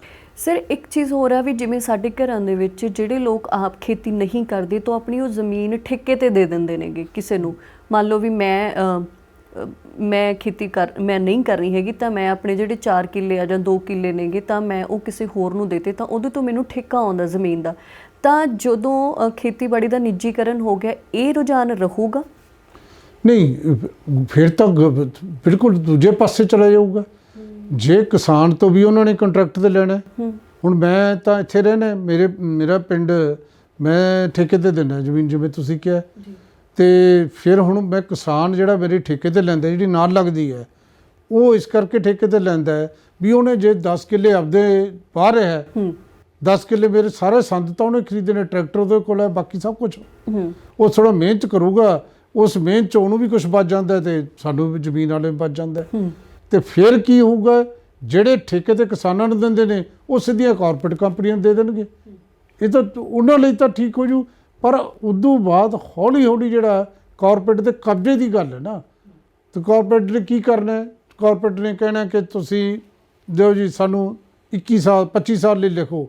ਆਮ ਤੌਰ ਤੇ 99 ਸਾਲ ਤੋਂ ਲੀਜ਼ ਸ਼ੁਰੂ ਹੁੰਦੀ ਹੈ। ਹਾਂਜੀ। ਤੇ ਫਿਰ ਤੁਸੀਂ ਕਿੰਨੀਆਂ ਜਨਰੇਸ਼ਨ ਤੁਰ ਜਾਣਗੀਆਂ। ਉਹ ਕੋਈ ਘਾਟਾ ਨਹੀਂ, ਪਰ ਗੱਲ ਤਾਂ ਚਾਹੇ ਉਹ ਕਿਸਾਨ ਹੈ ਤੇ ਚਾਹੇ ਉਹ ਮੁਜ਼ਾਹਰਾ ਹੈ ਤੇ ਚਾਹੇ ਮਾਲਕ ਹੈ, ਸਭ ਲਈ ਇੱਕੋ ਜਿਹਾ ਹੋ ਜਾਊਗਾ, ਕਿਉਂਕਿ ਉਹ ਵੱਡੇ ਘਰਾਣੇ ਨੇ, ਉਹਨਾਂ ਨੂੰ ਕੀ ਫਰਕ ਪੈਣਾ। ਬਿਲਕੁਲ ਸਰ, ਇੱਕ ਆਮ ਲੋਕਾਂ ਦਾ ਸਵਾਲ ਸੀਗਾ, ਜਿਵੇਂ ਬਹੁਤ ਸਾਰੇ ਲੋਕਾਂ ਦੇ ਵਿੱਚ ਸਟੇਟ ਦੇ ਸੂਬੇ ਦੇ ਲੋਕਾਂ ਦੇ ਵਿੱਚ ਇਹ ਗੁੱਸਾ ਕਿ ਸਾਡੇ MLA ਜਾਂ MP ਜਾਂ ਫਿਰ ਸਟੇਟ ਦਾ ਜਿਹੜਾ ਮੁੱਖ ਮੰਤਰੀ ਆ ਉਹ ਲੋਕਾਂ ਦੇ ਅੱਗੇ ਇਸ ਅੰਦੋਲਨ ਦੇ ਵਿੱਚ ਕਿਉਂ ਨਹੀਂ ਲੱਗਿਆ, ਜਾਂ ਹੁਣ ਜਦੋਂ ਧਰਨੇ ਹੋ ਰਹੇ ਨੇ ਉੱਥੇ ਜਾ ਕੇ ਕਿਉਂ ਨਹੀਂ ਬੈਠੇ। ਕਿ ਐਥੀਕਲੀ ਸਟੇਟ ਦੇ ਜਿਹੜੇ ਨੁਮਾਇੰਦੇ ਹੁੰਦੇ ਨੇ ਉਹ ਇਹਨਾਂ ਲੋਕ ਲਹਿਰਾਂ ਦੇ ਵਿੱਚ ਸਿੱਧਾ ਟਕਰਾ ਸੈਂਟਰ ਦੇ ਨਾਲ ਲੈ ਸਕਦੇ ਨੇਗੇ? ਨਹੀਂ, ਇਹ ਮੈਨੂੰ ਕੱਲ 20 ਸਵਾਲ ਪੁੱਛਿਆ ਗਿਆ ਸੀ ਵੀ ਕੈਪਟਨ ਅਮਰਿੰਦਰ ਸਿੰਘ ਅਮਿਤ ਸ਼ਾਹ ਕੋਲ ਗਏ, ਕਿਸਾਨਾਂ ਦੇ ਮੋਰਚੇ ਤੇ ਨਹੀਂ ਗਏ। ਇਹ ਮੇਰਾ ਖਿਆਲ ਹੈ ਕੈਪਟਨ ਅਮਰਿੰਦਰ ਸਿੰਘ ਨੇ ਠੀਕ ਕੀਤਾ, ਨਹੀਂ ਗਏ। ਜਿਹੜਾ ਤੁਹਾਡਾ ਸਵਾਲ ਆ ਉਹਦਾ ਵੀ ਜਵਾਬ ਇਹ ਹੈ, ਕਿਸਾਨ ਇਹ ਕਹਿ ਰਹੇ ਨੇ ਕਿ ਸਾਨੂੰ ਸਿਆਸੀ ਪਾਰਟੀਆਂ ਜਿਹੜੀਆਂ ਨੇ ਉਹ ਸਾਡੇ ਨਾਲ ਜੇ ਆਉਣਾ ਚਾਹੁੰਦੀਆਂ ਨੇ ਉਹ ਸਾਡੇ ਝੰਡੇ ਥੱਲੇ ਆਉਣ। ਹੁਣ ਇੱਕ ਸਟੇਟ ਦਾ ਮੁੱਖ ਮੰਤਰੀ, ਸਟੇਟ ਦੀ ਪਾਵਰ ਜਿਹੜੀ ਸੱਤਾਧਾਰੀ ਧਿਰ ਹੈ, ਉਹ ਜੇ ਕਿਸਾਨਾਂ ਦੇ ਹੱਕ 'ਚ ਮਾੜਾ ਵੀ ਬੋਲਦੀ ਹੈ, ਜਿਵੇਂ ਪੰਜਾਬ 'ਚ ਅਸੀਂ ਦੇਖਿਆ ਜੀ, ਫਿਰ ਹਰਿਆਣਾ ਦਾ ਮੁੱਖ ਮੰਤਰੀ ਜਿਵੇਂ ਕਹਿੰਦਾ ਕਿ ਇਹ ਕਿਸਾਨ ਨਹੀਂ ਹੈ, ਇਹ ਤਾਂ ਕਾਂਗਰਸ ਕੇ ਗੁੰਮਰਾਹ ਕੀਏ ਹੋਏ ਲੋਕ ਹੈ। ਫਿਰ ਉਹਨਾਂ ਨੂੰ ਕਹਿਣਗੇ ਇਹ ਲੜਾਈ ਜਿਹੜੀ ਹੈ ਇਹ ਪਾਰਟੀ ਦੀ ਲੜਾਈ ਨਹੀਂ, ਇਹ ਪਾਰਟੀ ਇਹਨਾਂ ਦੇ ਰਾਹੀਂ ਲੜ ਰਹੀ ਹੈ, ਸਿਆਸਤ ਕਰ ਰਹੀ ਹੈ। ਮੈਂ ਇਹ ਸਮਝਦਾ ਜਿਹੜੇ ਇਸ ਤਰ੍ਹਾਂ ਦੀ ਲੜਾਈ ਜਿਹੀ ਜੀ ਹੁਣ ਪੰਜਾਬ 'ਚ ਚੱਲ ਰਹੀ ਹੈ, ਬਹੁਤ ਵਧੀਆ ਤਰੀਕੇ ਨਾਲ ਚੱਲ ਰਹੀ ਹੈ। ਸਿਆਸੀ ਪਾਰਟੀਆਂ ਜੇ ਇਹਦੇ 'ਚ ਕਿਸਾਨਾਂ ਦੀ ਮਦਦ ਕਰਨੀ ਚਾਹੁੰਦੀਆਂ ਨੇ ਤਾਂ ਉਹ ਆਪਣੇ ਪੱਧਰ 'ਤੇ ਕਰਨ। ਜਿਵੇਂ ਗਿੱਦੜਵਾਹੇ ਦਾ MLA ਹੈ ਰਾਜਾ ਵੜਿੰਗ, ਉਹ ਟਰੈਕਟਰ ਚਲਾ ਕੇ ਚਲਿਆ ਗਿਆ, ਜਾਓ। ਗੁਰਜੀਤ ਔਜਲਾ ਗਿਆ, ਜਾਓ। ਆਮ ਆਦਮੀ ਪਾਰਟੀ ਦੇ ਉੱਥੇ ਜਾ ਰਹੇ, ਜਾਓ। ਲੇਕਿਨ ਜੇ ਤੁਸੀਂ ਕਹੋ ਕਿ ਜਿੱਥੇ ਕਿਸਾਨ ਮੋਰਚਾ ਲੱਗਿਆ ਹੈ ਉੱਥੇ ਜਾ ਕੇ ਕੈਪਟਨ ਅਮਰਿੰਦਰ ਸਿੰਘ ਭਾਸ਼ਣ ਦੇਵੇ, ਇਹ ਠੀਕ ਨਹੀਂ ਹੋਊਗਾ। ਠੀਕ ਹੈ, ਦੋਨਾਂ ਤਰ੍ਹਾਂ ਲਈ ਠੀਕ ਹੋਊਗਾ, ਨਾ ਉਹਨਾਂ ਲਈ ਨਾ ਇਹਨਾਂ ਲਈ। ਸਿਆਸਤ ਇੱਕ ਹੋਰ ਚੀਜ਼ ਹੈ ਤੇ ਜਿਹੜੀ ਕਿਸਾਨਾਂ ਦੀ ਲਹਿਰ ਹੋਰ ਚੀਜ਼ ਹੈ। ਇਹੀ ਤਾਂ ਕਮਾਲ ਹੋਈ ਹੈ ਕਿ ਕਿਸਾਨਾਂ ਨੇ ਸਿਆਸੀ ਪਾਰਟੀਆਂ ਇਰਰੈਲੇਵੈਂਟ ਕਰਤੀਆਂ। ਇੱਕ ਏਜੰਡਾ ਕਿਸਾਨਾਂ ਨੇ ਦਿੱਤਾ ਕਿ ਹੁਣ ਜੋ ਅਸੀਂ ਕਹਿੰਦੇ ਤੁਹਾਨੂੰ ਉਹੀ ਕਰਨਾ ਪਊ, ਤੇ ਹਾਲ ਦੀ ਘੜੀ ਕਰਨਾ ਪੈ ਰਿਹਾ। ਹੁਣ ਜਦੋਂ ਦੇਸ਼ ਬੰਦ ਹੈ ਤਾਂ ਉਹਦੇ ਵਿੱਚ ਸਾਰੀਆਂ ਸਿਆਸੀ ਪਾਰਟੀਆਂ ਨੇ ਭਾਰਤੀ ਜਨਤਾ ਪਾਰਟੀ ਤੋਂ ਬਿਨਾਂ ਇਹ ਕਿਹਾ ਕਿ ਜੀ ਅਸੀਂ ਆਪਣੇ ਪੱਧਰ 'ਤੇ ਜਿਹੜਾ ਹੈ ਸਮਰਥਨ ਦਿੰਦੇ ਹਾਂ, ਅਸੀਂ ਸਪੋਰਟ ਕਰਦੇ ਹਾਂ, ਸਾਡੇ ਪਾਰਟੀ ਹੈੱਡਕੁਆਟਰਾਂ ਦੇ ਜ਼ਿਲ੍ਹਾ ਹੈੱਡਕੁਆਟਰ 'ਤੇ ਅਸੀਂ ਧਰਨੇ ਦੇਵਾਂਗੇ। ਇਹ ਨਹੀਂ ਕਿਹਾ ਕਿ ਅਸੀਂ ਕਿਸਾਨਾਂ ਨਾਲ ਜਾਵਾਂਗੇ, ਸਪੋਰਟ ਕਰਾਂਗੇ। ਤੇ ਇਹੀ ਤਰੀਕਾ ਹੁੰਦਾ ਹੈ ਲੋਕਤੰਤਰ ਦੇ ਵਿੱਚ। ਸਰ, ਕਿਹੜੇ ਹਾਲਾਤਾਂ ਦੇ ਵਿੱਚ ਸੂਬੇ ਦੇ ਵਿੱਚ ਰਾਸ਼ਟਰਪਤੀ ਰਾਜ ਲਾਗੂ ਹੋ ਸਕਦਾ ਵਾ? ਦੇਖੋ, ਅਗਰ ਆਪਾਂ ਇਸ ਸਿਚੁਏਸ਼ਨ ਨੂੰ ਧਿਆਨ ਦੇ ਵਿੱਚ, ਅਗਰ ਇਹਨੂੰ ਮਤਲਬ ਸਹੀ ਤਰੀਕੇ ਨਾਲ ਅੰਦੋਲਨ ਨੂੰ ਲੀਡ ਕਰਨਾ ਹੋਵੇ, ਕਿਹੜੀਆਂ ਡੂ ਐਂਡ ਡੋਂਟਸ, ਮਤਲਬ ਕਿਹੜੀਆਂ ਚੀਜ਼ਾਂ ਆਪਾਂ ਨਹੀਂ ਕਰਨੀਆਂ, ਉਹ ਅਗਰ ਆਪਾਂ ਲੋਕਾਂ ਦੇ ਧਿਆਨ ਦੇ ਵਿੱਚ ਲਿਆਉਣੀਆਂ ਹੋਣ ਵੀ, ਤਾਂ ਕਿ ਇੱਥੇ ਕਿਸੇ ਤਰ੍ਹਾਂ ਦੀ ਇਹੋ ਜਿਹੀ ਕੋਈ ਘਟਨਾ ਨਾ ਹੋਵੇ। ਦੇਖੋ, ਪਹਿਲਾਂ ਪੰਜਾਬ 'ਚ ਬੜੀ ਵਾਰ ਲੱਗਿਆ ਜੀ ਜਦੋਂ law and order the situation ਬਹੁਤ ਖਰਾਬ ਹੁੰਦੀ ਹੈ ਉਦੋਂ ਰਾਸ਼ਟਰਪਤੀ ਰਾਜ ਲਾਗੂ ਹੁੰਦਾ ਹੈ। ਪੰਜਾਬ ਦੀ ਲਾਅ ਆਰਡਰ ਦੀ ਪੋਜੀਸ਼ਨ ਇੰਨੀ ਖਰਾਬ ਨਹੀਂ। ਔਰ ਦੂਜੀ ਗੱਲ ਕਿ ਇਹ ਕਿਸਾਨਾਂ ਦੀ ਹਿੰਮਤ ਹੈ, ਸਿਆਣਪ ਹੈ ਕਿ ਉਹਨਾਂ ਨੇ ਹਿੰਸਾ ਤੋਂ ਦੂਰ ਰੱਖਿਆ ਇਸ ਮੂਵਮੈਂਟ ਨੂੰ। ਇਹ ਆਪਣੇ ਆਪ 'ਚ ਬਹੁਤ ਕਮਾਲ ਕੀਤਾ ਉਹਨਾਂ ਨੇ। ਤੇ law and order the situation ਠੀਕ ਹੈ। ਤੀਜਾ ਜਿਹੜਾ ਹੁੰਦਾ ਹੈ ਉਹ ਕਿ ਮੈਜੋਰਟੀ ਜ਼ਿਆਦਾ ਨਾ ਹੋਵੇ, ਲੇਕਿਨ ਪੰਜਾਬ 'ਚ 2/3 ਮੈਜੋਰਟੀ ਹੈ। ਕੀ ਜਵਾਬ ਦੇਣਗੇ? ਅੱਗੇ ਨਹੀਂ ਜਵਾਬ ਉਹਨਾਂ ਤੋਂ ਤਾਂ ਵੀ ਆਰਡੀਨੈਂਸ ਕਿਉਂ ਲੈ ਕੇ ਆਏ। ਜੇ ਤੁਸੀਂ ਸਰਕਾਰ ਤੋੜ ਦੋਗੇ ਤੇ ਫਿਰ ਜਵਾਬ ਲੋਕਤੰਤਰ ਕਾਹਦਾ ਰਹਿ ਗਿਆ? ਜਵਾਬ ਦੇਣਾ ਬੜਾ ਮੁਸ਼ਕਲ ਹੋ ਜੂ। ਤੇ ਐਮਰਜੈਂਸੀ 'ਚ ਇੰਦਰਾ ਗਾਂਧੀ ਦੇ ਟਾਈਮ ਤੋਂ ਬਾਅਦ ਸਭ ਨੇ ਦੇਖਿਆ ਵੀ ਲੋਕ ਕਿਵੇਂ ਖੜੇ ਹੋ ਗਏ। ਤਾਂ ਮੈਨੂੰ ਨਹੀਂ ਲੱਗਦਾ ਇਹ ਸਿਚੁਏਸ਼ਨ ਕਦੇ ਹਾਲ ਦੀ ਘੜੀ ਪੰਜਾਬ ਦੇ ਨਜ਼ਰੀਏ ਤੋਂ ਆਊਗੀ ਜਾਂ ਆ ਸਕਦੀ। ਆਖਰੀ ਸਵਾਲ ਆ, ਮੀਡੀਆ ਬਹੁਤ ਵਧੀਆ ਕਾਰਗੁਜ਼ਾਰੀ ਕਰ ਰਿਹਾ, ਸਾਡੇ ਰੀਜਨਲ ਮੀਡੀਆ ਵੀ ਅਤੇ ਨੈਸ਼ਨਲ ਮੀਡੀਆ ਦੇ ਕੁਝ ਚੈਨਲਸ ਨੂੰ ਛੱਡ ਕੇ ਬਹੁਤ ਵਧੀਆ ਕਵਰੇਜ ਹੋ ਰਹੀ ਆ। ਤੁਹਾਡੇ ਅਨੁਸਾਰ ਇਸ ਤੋਂ ਇਲਾਵਾ ਕੋਈ ਹੋਰ ਸਵਾਲ ਕੀਤਾ ਜਾਣਾ ਚਾਹੀਦਾ ਜਾਂ ਹੋਰ ਕੋਈ ਇੱਦਾਂ ਦੇ ਨੁੱਕਰ ਲੱਗੇ ਕੋਈ ਵਿਸ਼ੇ ਨੇ ਜਿਨ੍ਹਾਂ ਦੇ ਉੱਪਰ ਜਿਹੜੇ ਇਸ ਟਾਈਮ ਹਾਈਲਾਈਟ ਹੋਣੇ ਚਾਹੀਦੇ ਨੇਗੇ? ਬਿਲਕੁਲ ਹੋਣੇ ਤਾਂ ਮੀਡੀਆ ਨਾ ਜਿਹੜਾ ਮਿਹਨਤ ਤੋਂ ਡਰਦਾ ਹੈ, ਸੱਚੀ ਗੱਲ ਹੈ। ਮੈਂ ਸਾਰੀ ਉਮਰ ਡਿਵੈਲਪਮੈਂਟ ਜਰਨਲਿਜ਼ਮ ਪੜ੍ਹਾਇਆ, ਕਿਤਾਬਾਂ ਵੀ ਮੇਰੀਆਂ ਡਿਵੈਲਪਮੈਂਟ ਜਰਨਲਿਜ਼ਮ 'ਤੇ ਨੇ। ਜੀ ਸਰ। ਇੱਕ ਇੱਥੇ ਕੋਈ ਤੁਰਿਆ ਜਾਂਦਾ ਇੱਕ ਲੀਡਰ ਜਿਹਨੂੰ ਕਹਿੰਦੇ ਟੁੱਟਿਆ ਜਿਹਾ ਲੀਡਰ ਵੀ ਜੇ ਤੁਹਾਨੂੰ ਮਿਲ ਜੇ ਤੇ ਤੁਸੀਂ ਪੁੱਛੋਗੇ ਵੀ ਜੀ ਸਰ ਕੋਈ ਦੱਸੋ ਗੱਲਬਾਤ, ਜੀ ਇਹ ਭਾਰਤੀ ਜਨਤਾ ਪਾਰਟੀ ਸਭ ਠੀਕ ਕਰ ਦੇਗੀ, ਦੂਜੇ ਦਿਨ ਸਟੇਟਮੈਂਟ ਦੇ ਦੋਗੇ ਉਹਨਾਂ ਦੇ ਲੀਡਰ ਨੇ ਇਹ ਕਹਿਤਾ ਤੇ ਮਿੰਟ ਲੱਗੂ ਫਰੰਟ ਪੇਜ ਖਬਰ ਬਣ ਜੂ।